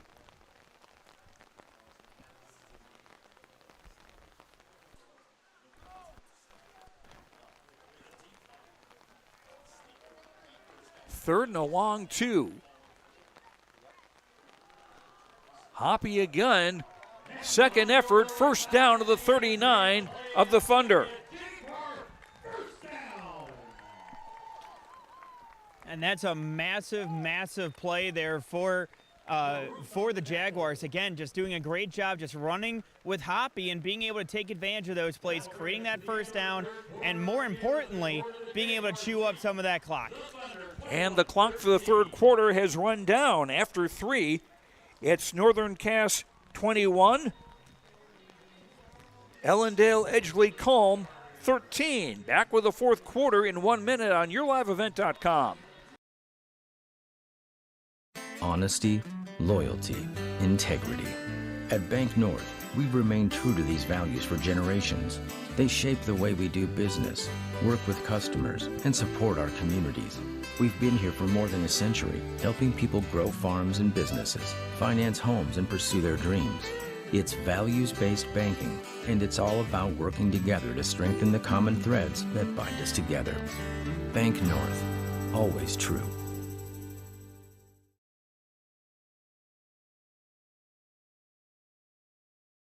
This is Chris Brecken from RDK Enterprises, your local precision planting dealer. I want to take this opportunity to say thank you to our growers. Your trust and fellowship is the driving force behind our dedication to your successful farming operation. We continue to invest in the education of our team to ensure your customer experience is outstanding. Thank you for the opportunity to be your planter experts. Stop by either of our locations in Hillsboro or Drayton, North Dakota, or visit planterdoc.com. With Mac Robbins and Joe Lancello with you from Northern Cass. Fourth quarter about to get underway. It's Northern Cass leading EEK 21-13 as we start the fourth quarter. Oh, and the rain starts to really come down. And Matthew Hoppy really came down hard too as he was hit by about 3 Thunder defenders. He's stopped by number 55, Noah Movement of the Thunder. And we get second down and 13 for the That'll be a loss back to the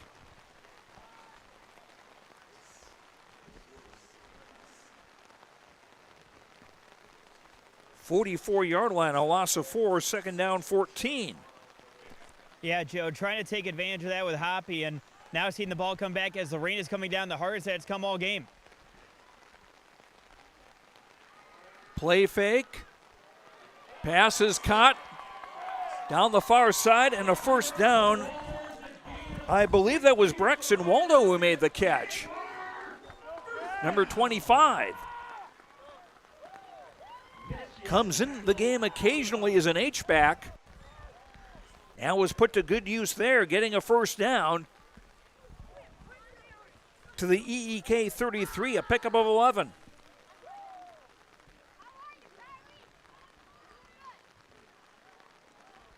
Check that, that's more like the 27-yard line. Lichtenberg gives to Hoppy. Beats one man in the backfield and is able to get positive yardage. Yeah, and Joe, that's all you're trying to ask for out of Hoppy. Again, trying to get some of those big plays, trying to get you in manageable situations early on second down and trying to get into third. A 2-touchdown lead would be really critical as we near the 10-minute mark of the fourth quarter. On second down, Hoppy again. Great effort down the far sideline. First down and much, much more.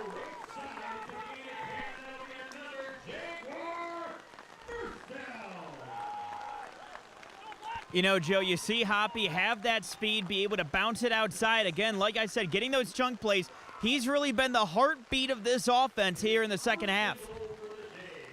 The ball is on the 10-yard line. It is first and goal for the Jaguars, who lead 21-13.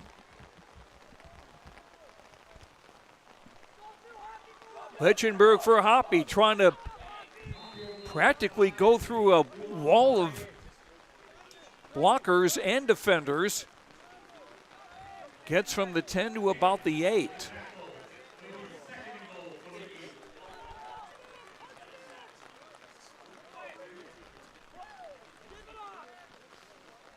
Seeing Lichtenberg coming off the field there from quarterback now, getting Skank at QB. With the full house backfield,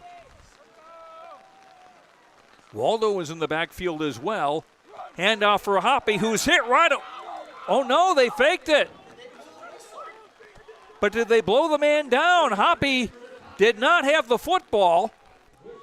Andrew Skank did.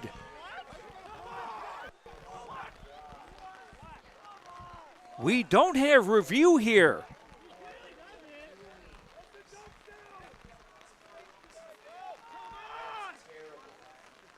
Now, what are the officials going to say?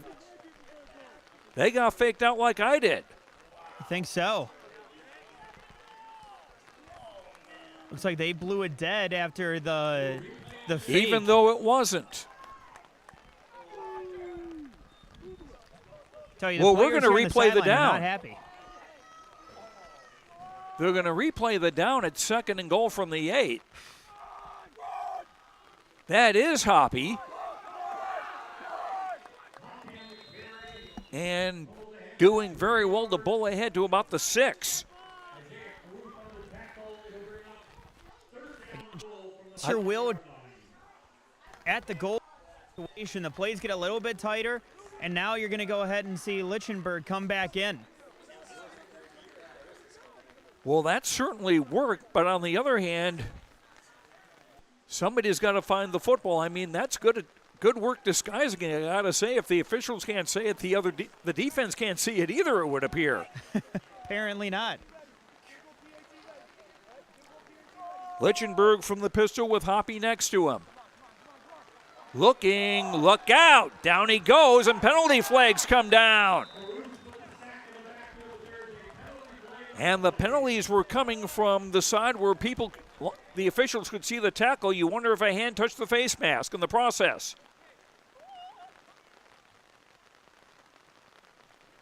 That's often the type of foul that's called in that situation.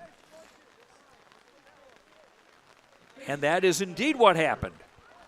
Yeah, you can see the aggressiveness going after him, trying to get the sack in the backfield. And again, this is just a situation that you learn from this going forward. Now you have a close play here coming at the goal line situation, half distance to the goal. It is 3rd and goal.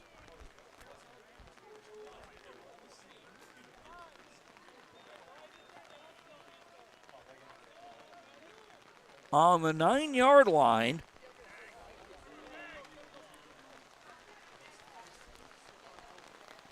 Waldo is back in the game. And it's a carry by Hoppy, and he will lose to about the 13. And he's still down.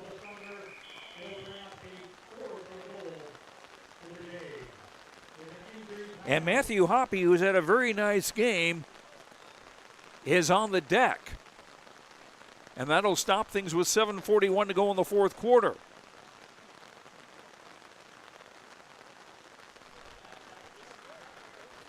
Yeah, that was a situation where it was just a really tough play. And again, being taken down to the field, that's where you have Hoppy. Now Hoppy being able to walk off the field, he's walking off the trainer. Hoppy is able to walk off the field under his own power. He'll have to sit out one play. So this would appear to be 4th and goal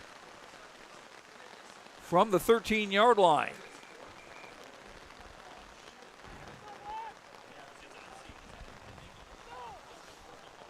And this is 4-down territory for Northern Cass. And the clock running with almost 7.5 minutes to go in the 4th quarter. Jaguars have had the ball the entire 4th quarter plus a minute 24 of the 3rd. Waldo is an H-back on the left side, 2 receivers right. Lichtenberg throwing to the end zone far side, broken up, and almost caught after it was broken up. Yeah, just trying to get it in the end zone there on that one. Again, got to give credit for the second effort there from Northern Cass, but great stop by the Thunder, by EEK, to be able to get that stop and now try to get the ball back and try to charge down the field. They've got 7 minutes and 13 seconds to do it. They're down by 8 points, 21-13.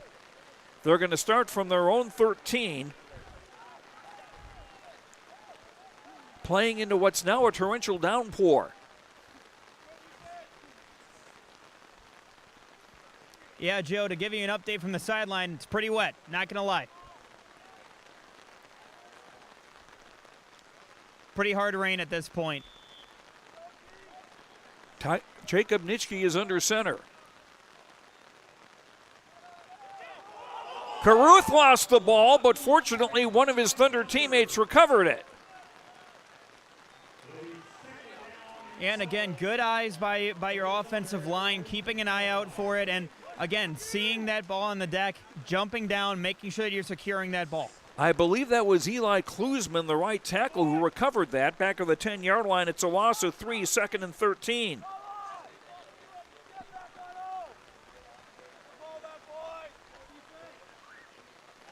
If Northern Cass can keep the Thunder where they are right now, they're going to force them to possibly punt from deep in their own end zone. Yeah, and this is a massive series here. Nitschke airing it out and broken up. And that was Landon Moser with the defensive stop there. Moser's got another pass breakup tonight and a kickoff return for a touchdown this evening. Yeah, Moser, great heads-up play at that point. Again, just knocking that down. Again, you have a long 3rd down here, 3rd down and 12. Just trying to knock it down, live for another down. And at this point, again, this could be a huge 3rd down stop potentially for the defense. If the offense is able to convert, now you're looking at them trying to get down the field and try to get a score. The Thunder from their own 10-yard line. But first, timeout by the Thunder. That will be their second timeout of the half. And this timeout brought to you by Bank North. Bank North offers the traditional and advanced products and services that keep you grounded and ahead of the curve in today's fast-paced world. For farming and ranching, business and consumer banking, and lending, you'll always be headed in the right direction with Bank North. To learn more about Bank North, visit ibanknorth.com or stop by one of their locations today. Timeout coming with 6:23 to go in the fourth quarter, still 21-13 in favor of Northern Cass. Checking other scores in 11B Region 1, Kindred has beaten Hillsborough Central Valley 36-0. Lisbon has beaten Linton HMB 20-12, and in the fourth quarter, Sargent County hanging on to a 14-13 lead over Oak Grove. All those games on YourLiveEvent.com. You can watch those later at your leisure. And remember to watch the Coaches Show, which is delivered fresh every Wednesday night at 7 o'clock. The current edition you can watch on YourLiveEvent.com features Northern Cass volleyball coach Angie Johnson. 3rd and 13 from the 10. Swing out far side. Ball was bobbled and goes out of bounds. I think they're just going to call that an incomplete pass rather than a possible lateral. Seems like a lot of those could be called either way, but now Northern Cass going to have to punt it away with 6:18 to go in the fourth quarter, trailing by 8. Yeah, and Joe, at this point, you're deep in your own territory here. So now you got to keep an eye out for that short field. And for the Thunder, you got to stop them on defense. Got to get a stop and got to try to score the ball here. If you're Northern Cass, this is where you put, this is where you put that exclamation point on the score.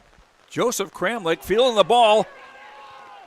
And he did just get it away, and the ball fielded the 25-yard line.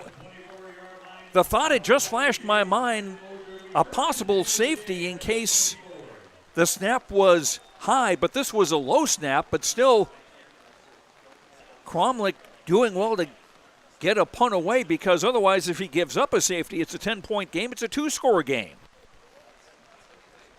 And that's exactly where we're at, Joe. Again, every point counts at this point especially. And now, like you said, it's currently a 1-score game. Any point at this point now pushes that above and now adds that much more pressure onto the Thunder. Northern Cass from the EEK 25, full house backfield.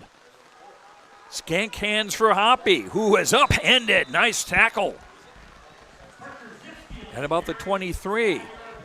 And a very late flag. Yeah, Parker Zeski on that one, able to get the ball going around the corner and picking up a few yards. Again, being able to help out, especially on offense. That jumbo package has really added a few different looks that I think that the Thunder are keeping an eye out for, but really have added a lot there for Coach Eukstead. But they've called a personal foul on Northern Cass in the process. And it looks like they're going to say that the personal foul happened after the play. So it will be second down. And it's back at the 38-yard line.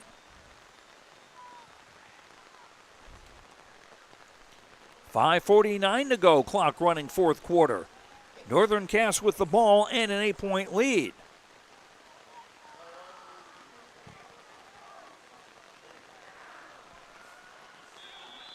Hoppy gaining a little bit. His stubbornness is helping Northern Cass run out the clock, though. And that's kind of that is the debate that you have to have if you're Coach Eukstead. Again, I mean, having that handoff going up the middle again, getting just a couple of yards, but at 3rd down and 23 yards, you got to have a big play here. But at this point, again, it's just over 5 minutes left. Now you're looking at trying to see if you can churn this clock out at this point with the lead for Northern Cass. The Jaguars need to get to the 15-yard line.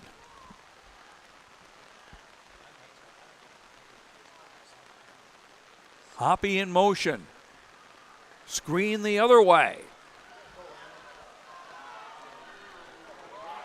Landon Moser, the receiver, and he'll be brought down. That will lose yardage, but it took a lot of time doing it because he ran side to side rather than upfield. Yeah, Joe covered a lot of yards on that play, but more east-west on that one. But like we've been talking, again, that's churning the clock at that point. Now you're looking at it again, and now you're seeing these plays being able to chew some of that clock off. 4th and 25. If you're Lichtenberg, do you maybe quick kick it? If not, a full-fledged punt. Play clock at 5. Maybe try to catch them offsides. I don't think that's going to work. It didn't.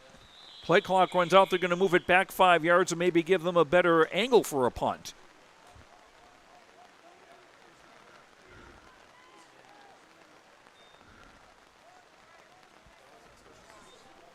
With 3:53 to go in the fourth quarter.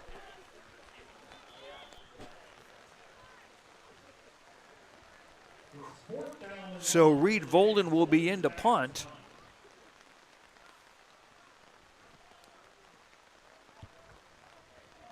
Cromlich for EEK back at his own 12-yard line. Cromlich has an interception return for a touchdown tonight.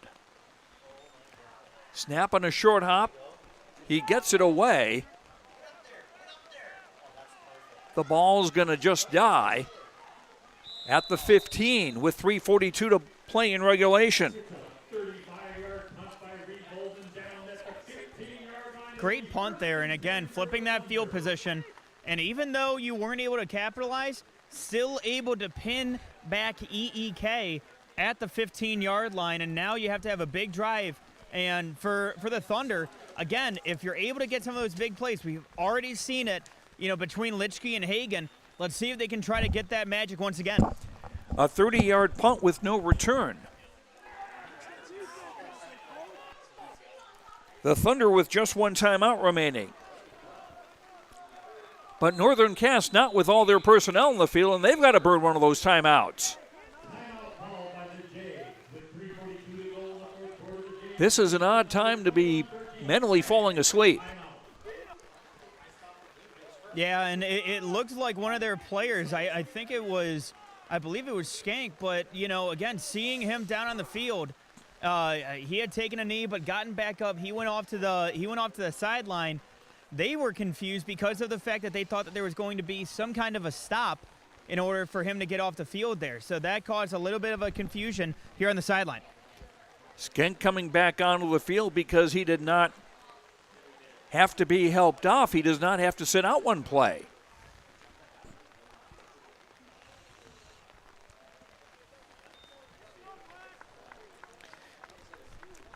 That's what coaches constantly tell players, be alert for somebody who's, if you're next in line at a certain spot. Yeah, and at this point, too, for EEK, they're trying to go ahead, take advantage of this. This is the start of your drive. Again, with 3 minutes, just under 4 minutes left to go in this game. This is your drive. This is where you make this statement. And again, this is where that you gain that valuable experience as a young team. 85 yards to go, one timeout, 3:42 to use. And the ball's loose.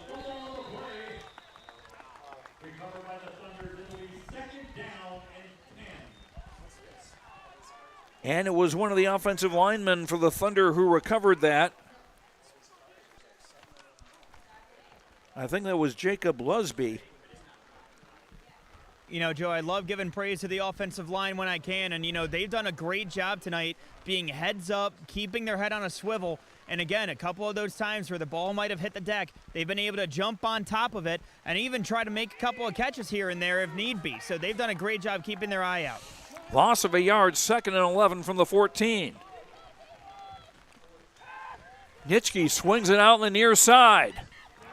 And not able to get out of bounds is Boston Hagen.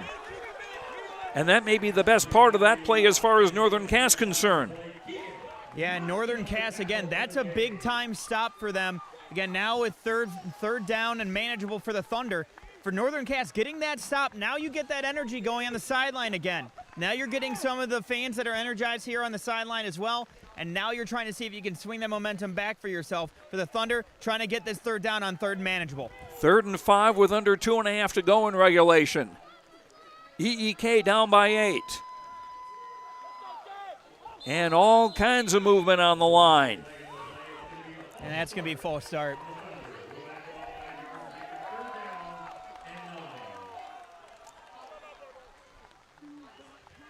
And not much argument from the Thunder players.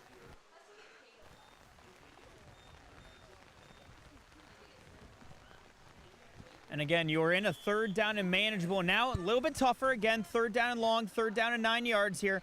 So we'll see what they're able to pull out for the Thunder and what you can see out of Litchkey. I'm sure they miss not having Carl Chernland available, their tailback. Injured in the first quarter of the game, has not been back. 2 receivers left out of the eye. Nitschke under pressure. Still under pressure and finally brought down.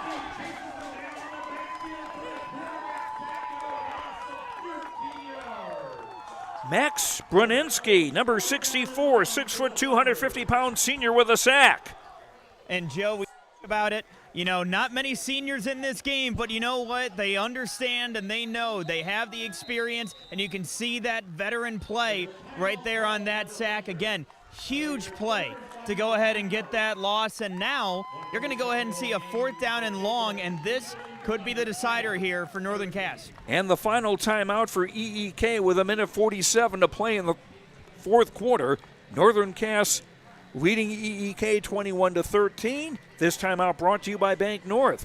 Bank North offers the traditional and advanced products and services that keep you grounded and ahead of the curve in today's fast-paced world. For farming and ranching, business and consumer banking and lending, you'll always be headed in the right direction with Bank North.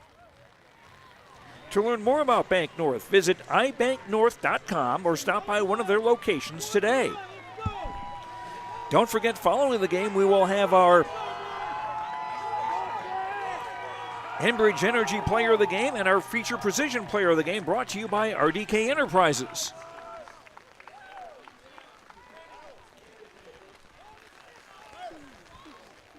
Ellendale, Edgeley, Kulm looking at 4th and 16 from their own 9-yard line. 1:47 to play in the 4th quarter. They're down by 8, 21-13. 3 to the left, 1 to the right. Nitschke on the run, throwing, overthrowing. Joseph Cromlick.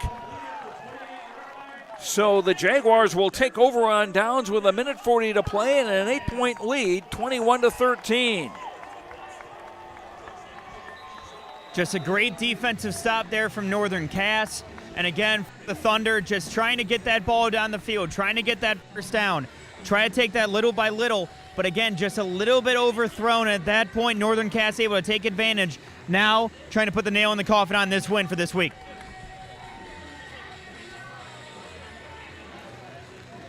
The Jaguars would go to 1-1 on the season.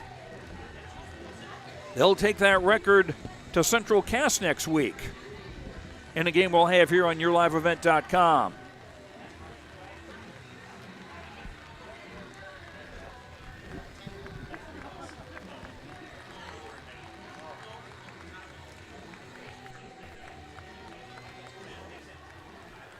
A 1:40 to play, 2 timeouts remaining for Northern Cass. EEK cannot stop the clock. We're in victory formation here as Lichtenberg takes a knee.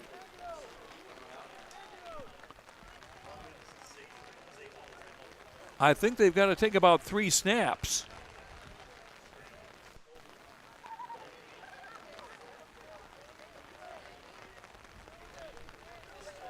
The Jaguars don't mind if they're going in reverse.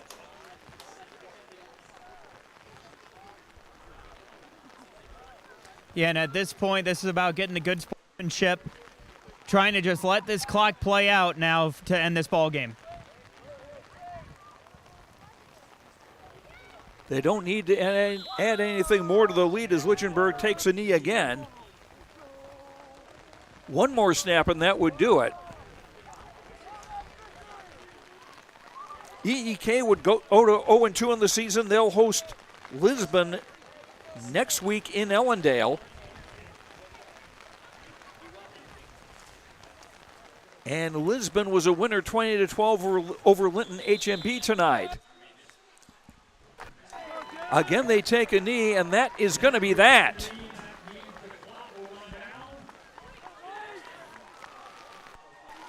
And Northern Cass getting their first victory of the season. The final score, Northern Cass 21, Ellendale Edgeley Kulm 13. We will come back to Northern Cass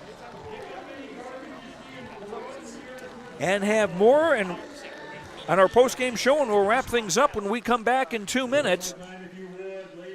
This is high school football on YourLiveEvent.com.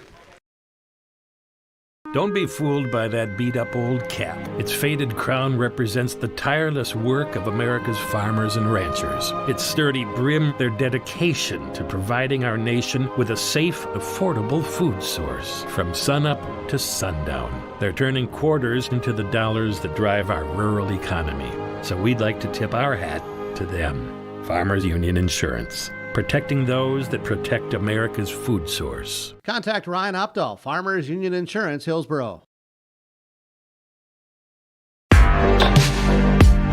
Stay up to date with the latest goings-on in the region with the Coaches Show every Wednesday night on YourLiveEvent.com. Goes deep down the middle, has a man, Soka Porter! Soka Porter to the 20, to the 10, to the 5, and taken down there. We'll dive into the latest stories from North Dakota and Minnesota. And there's the block by Reese. That's the Coaches Show with me, Joe Lancello, on YourLiveEvent.com every Wednesday night starting at 7. Here, when your future lies ahead, we help set you on the right course. When your whole world is about to change, we help you prepare for your new life. When staying healthy means staying informed, we help you find answers. This is perseverance, understanding, connection.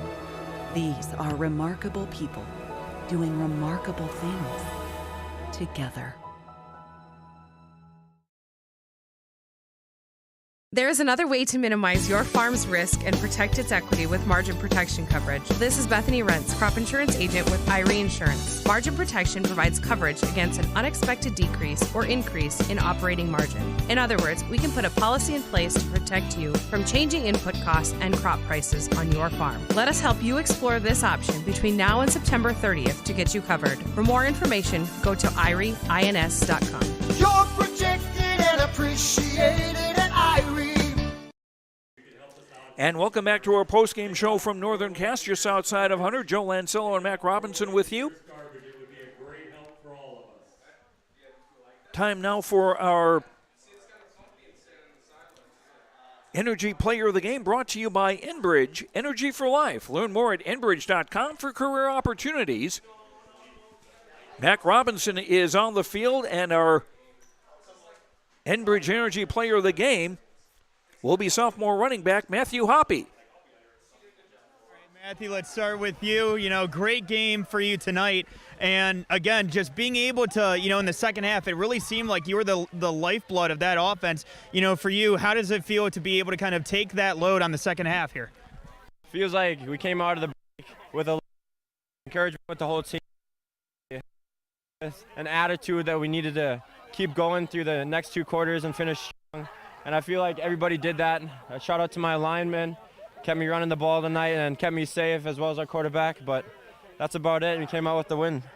Yeah, and I see, one of your assistant coaches has the intensity on the back of his shirt, and I could feel that throughout the sideline. I know you guys are a young team, but how do you guys be able to feed off of that energy, throughout the game, and not only from your sideline but from the crowd as well? It started before the game. We all came into the locker room after school today with that intensity. It's engraved into us, along with grit and all those words and stuff. But I don't know. I'm just happy for the team right now. Happy for the seniors' first game, home game. Happy for all of them. Focus on that right now. All right, congratulations. Great game tonight, man. Thank you. All right, and Andrew, you had a great game here tonight. You had the great interception. You had the great plays on offense as well. Being able to catch that touchdown, what was going through your head there as that kind of tipped off the defender's hands into yours? Knowing it was wet, I knew that I had a chance at that ball. I couldn't come.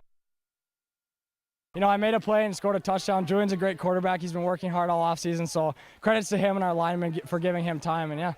Yeah, and you guys were able to kind of show both of those different looks between, Lichtenberg at quarterback and then yourself as well. How do you think that it really affects those defenses as they have to kind of prepare for both of you guys? We're engraving it into other teams' heads that I'm gonna hand the ball up, but one of these times, I got an arm on me too, so I might throw it. What do you got to do with Coach Ukestead at that point? What do you got to call for him to go ahead and have you throw that ball downfield? I've been trying to let me throw it all season, but one day we'll get there. All right, yeah, no, of course. And hey, congratulations, great win tonight. Thank you. Back to you guys. Okay, Mac, thank you very much. And Andrew Skank is the RDK Enterprises Feature Precision Player of the game. RDK Enterprises wishes you a safe harvest and thanks you for your business. Go online to planterdoc.com for more information on RDK Enterprises. Matthew Hoppy, unofficially 83 yards on 25 carries. He also caught 4 passes for 47 yards. And Hoppy running for a touchdown. Andrew Skank with an interception, and we're going to wrap up the things here. All the scoring came in the second quarter. EEK took the lead on a 6-yard run by Isaiah Caruth. The extra point made it 7-0. On the ensuing kickoff, it was Landon Moser returning at 68 yards for a score to tie it at 7.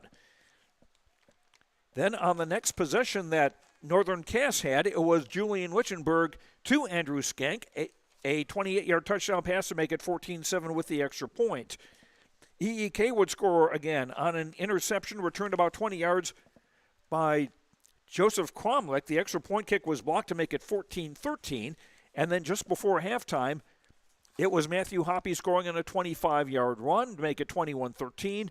Skank with an interception on the final play of the first half. And the final 21-13. And Mac Robinson is on the field with Northern Cass coach Tyler Ukestead. Coach Ukestead, when it comes to tonight, obviously, we had the slow first quarter, the explosion offensively in the second quarter. Second half, really just a lot of that rain at that point. How much did that affect your game plan here tonight? It affected it a lot. We wanted to be able to kind of have a balanced attack with our passing game and our running game. But we were just able to rely on our inside zone a lot in the second half, and we were able to get some yards. And ultimately, that's kind of what it came down to, is who kind of ran the ball better in the second half. Yeah, and Hoppy really being able to get a lot of those carries and get a lot of those chunk plays. What did you think of the young player here tonight? Hey, Hoppy's only a sophomore, but he has tremendous vision, and he can find those holes wherever they are and just hit them hard.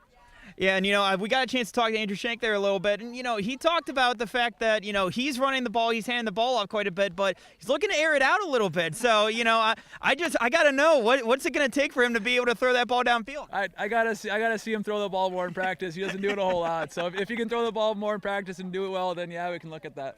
And then obviously you learn a lot from week 1 into week 2. What did you see tonight that you really liked from this team here tonight in week 2, being able to learn from that loss in week 1? Yeah, definitely. The highs and lows, okay, they weren't so steep. They were kind of on a line, which is good. So we just need to balance that out.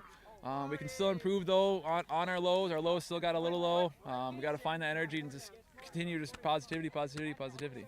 And I got to say, with Coach Meyer on the sideline with that intensity T-shirt, I don't think that you guys are losing much of that. But thank you for the time. Yeah, thank you. Appreciate it. There you go, guys. Mac, thank you very much. We'll be checking in next week with Coach Ukestead as the Jaguars play at Central Cass. That'll be a 7 o'clock kickoff, pregame at 6:30 on yourliveevent.com. And the Jaguars now 1-1 on the year and 1-0 in Region 1 play. EEK drops to 0-2, 0-2 in region play. They will take on Lisbon next Friday night at home, and that will be in Ellendale. Final scores tonight in 11B Region 1. It was Sargent County beating Oak Grove 20-13. Lisbon over Linton HMB 20-12. And Kindred, the defending state champions in 11B, winning the rematch of last year's state championship game over Hillsborough Central Valley by a count of 36-0. And that is going to do it for us tonight here from Central Cass. Thanks very much. From Northern Cass, I should say. Thanks very much to Bryce Laxall, the athletic director. Thanks to all of our sponsors. Thanks to Kevin Kochman and for his assistance. And thank you for listening. We hope you enjoyed our broadcast. I'm Joe Lancello from Northern Cass. The final score once again here tonight. It was Northern Cass, the Jaguars 21, and the EEK Thunder 13. Have a good night, and we will talk to you later. Good night, everyone.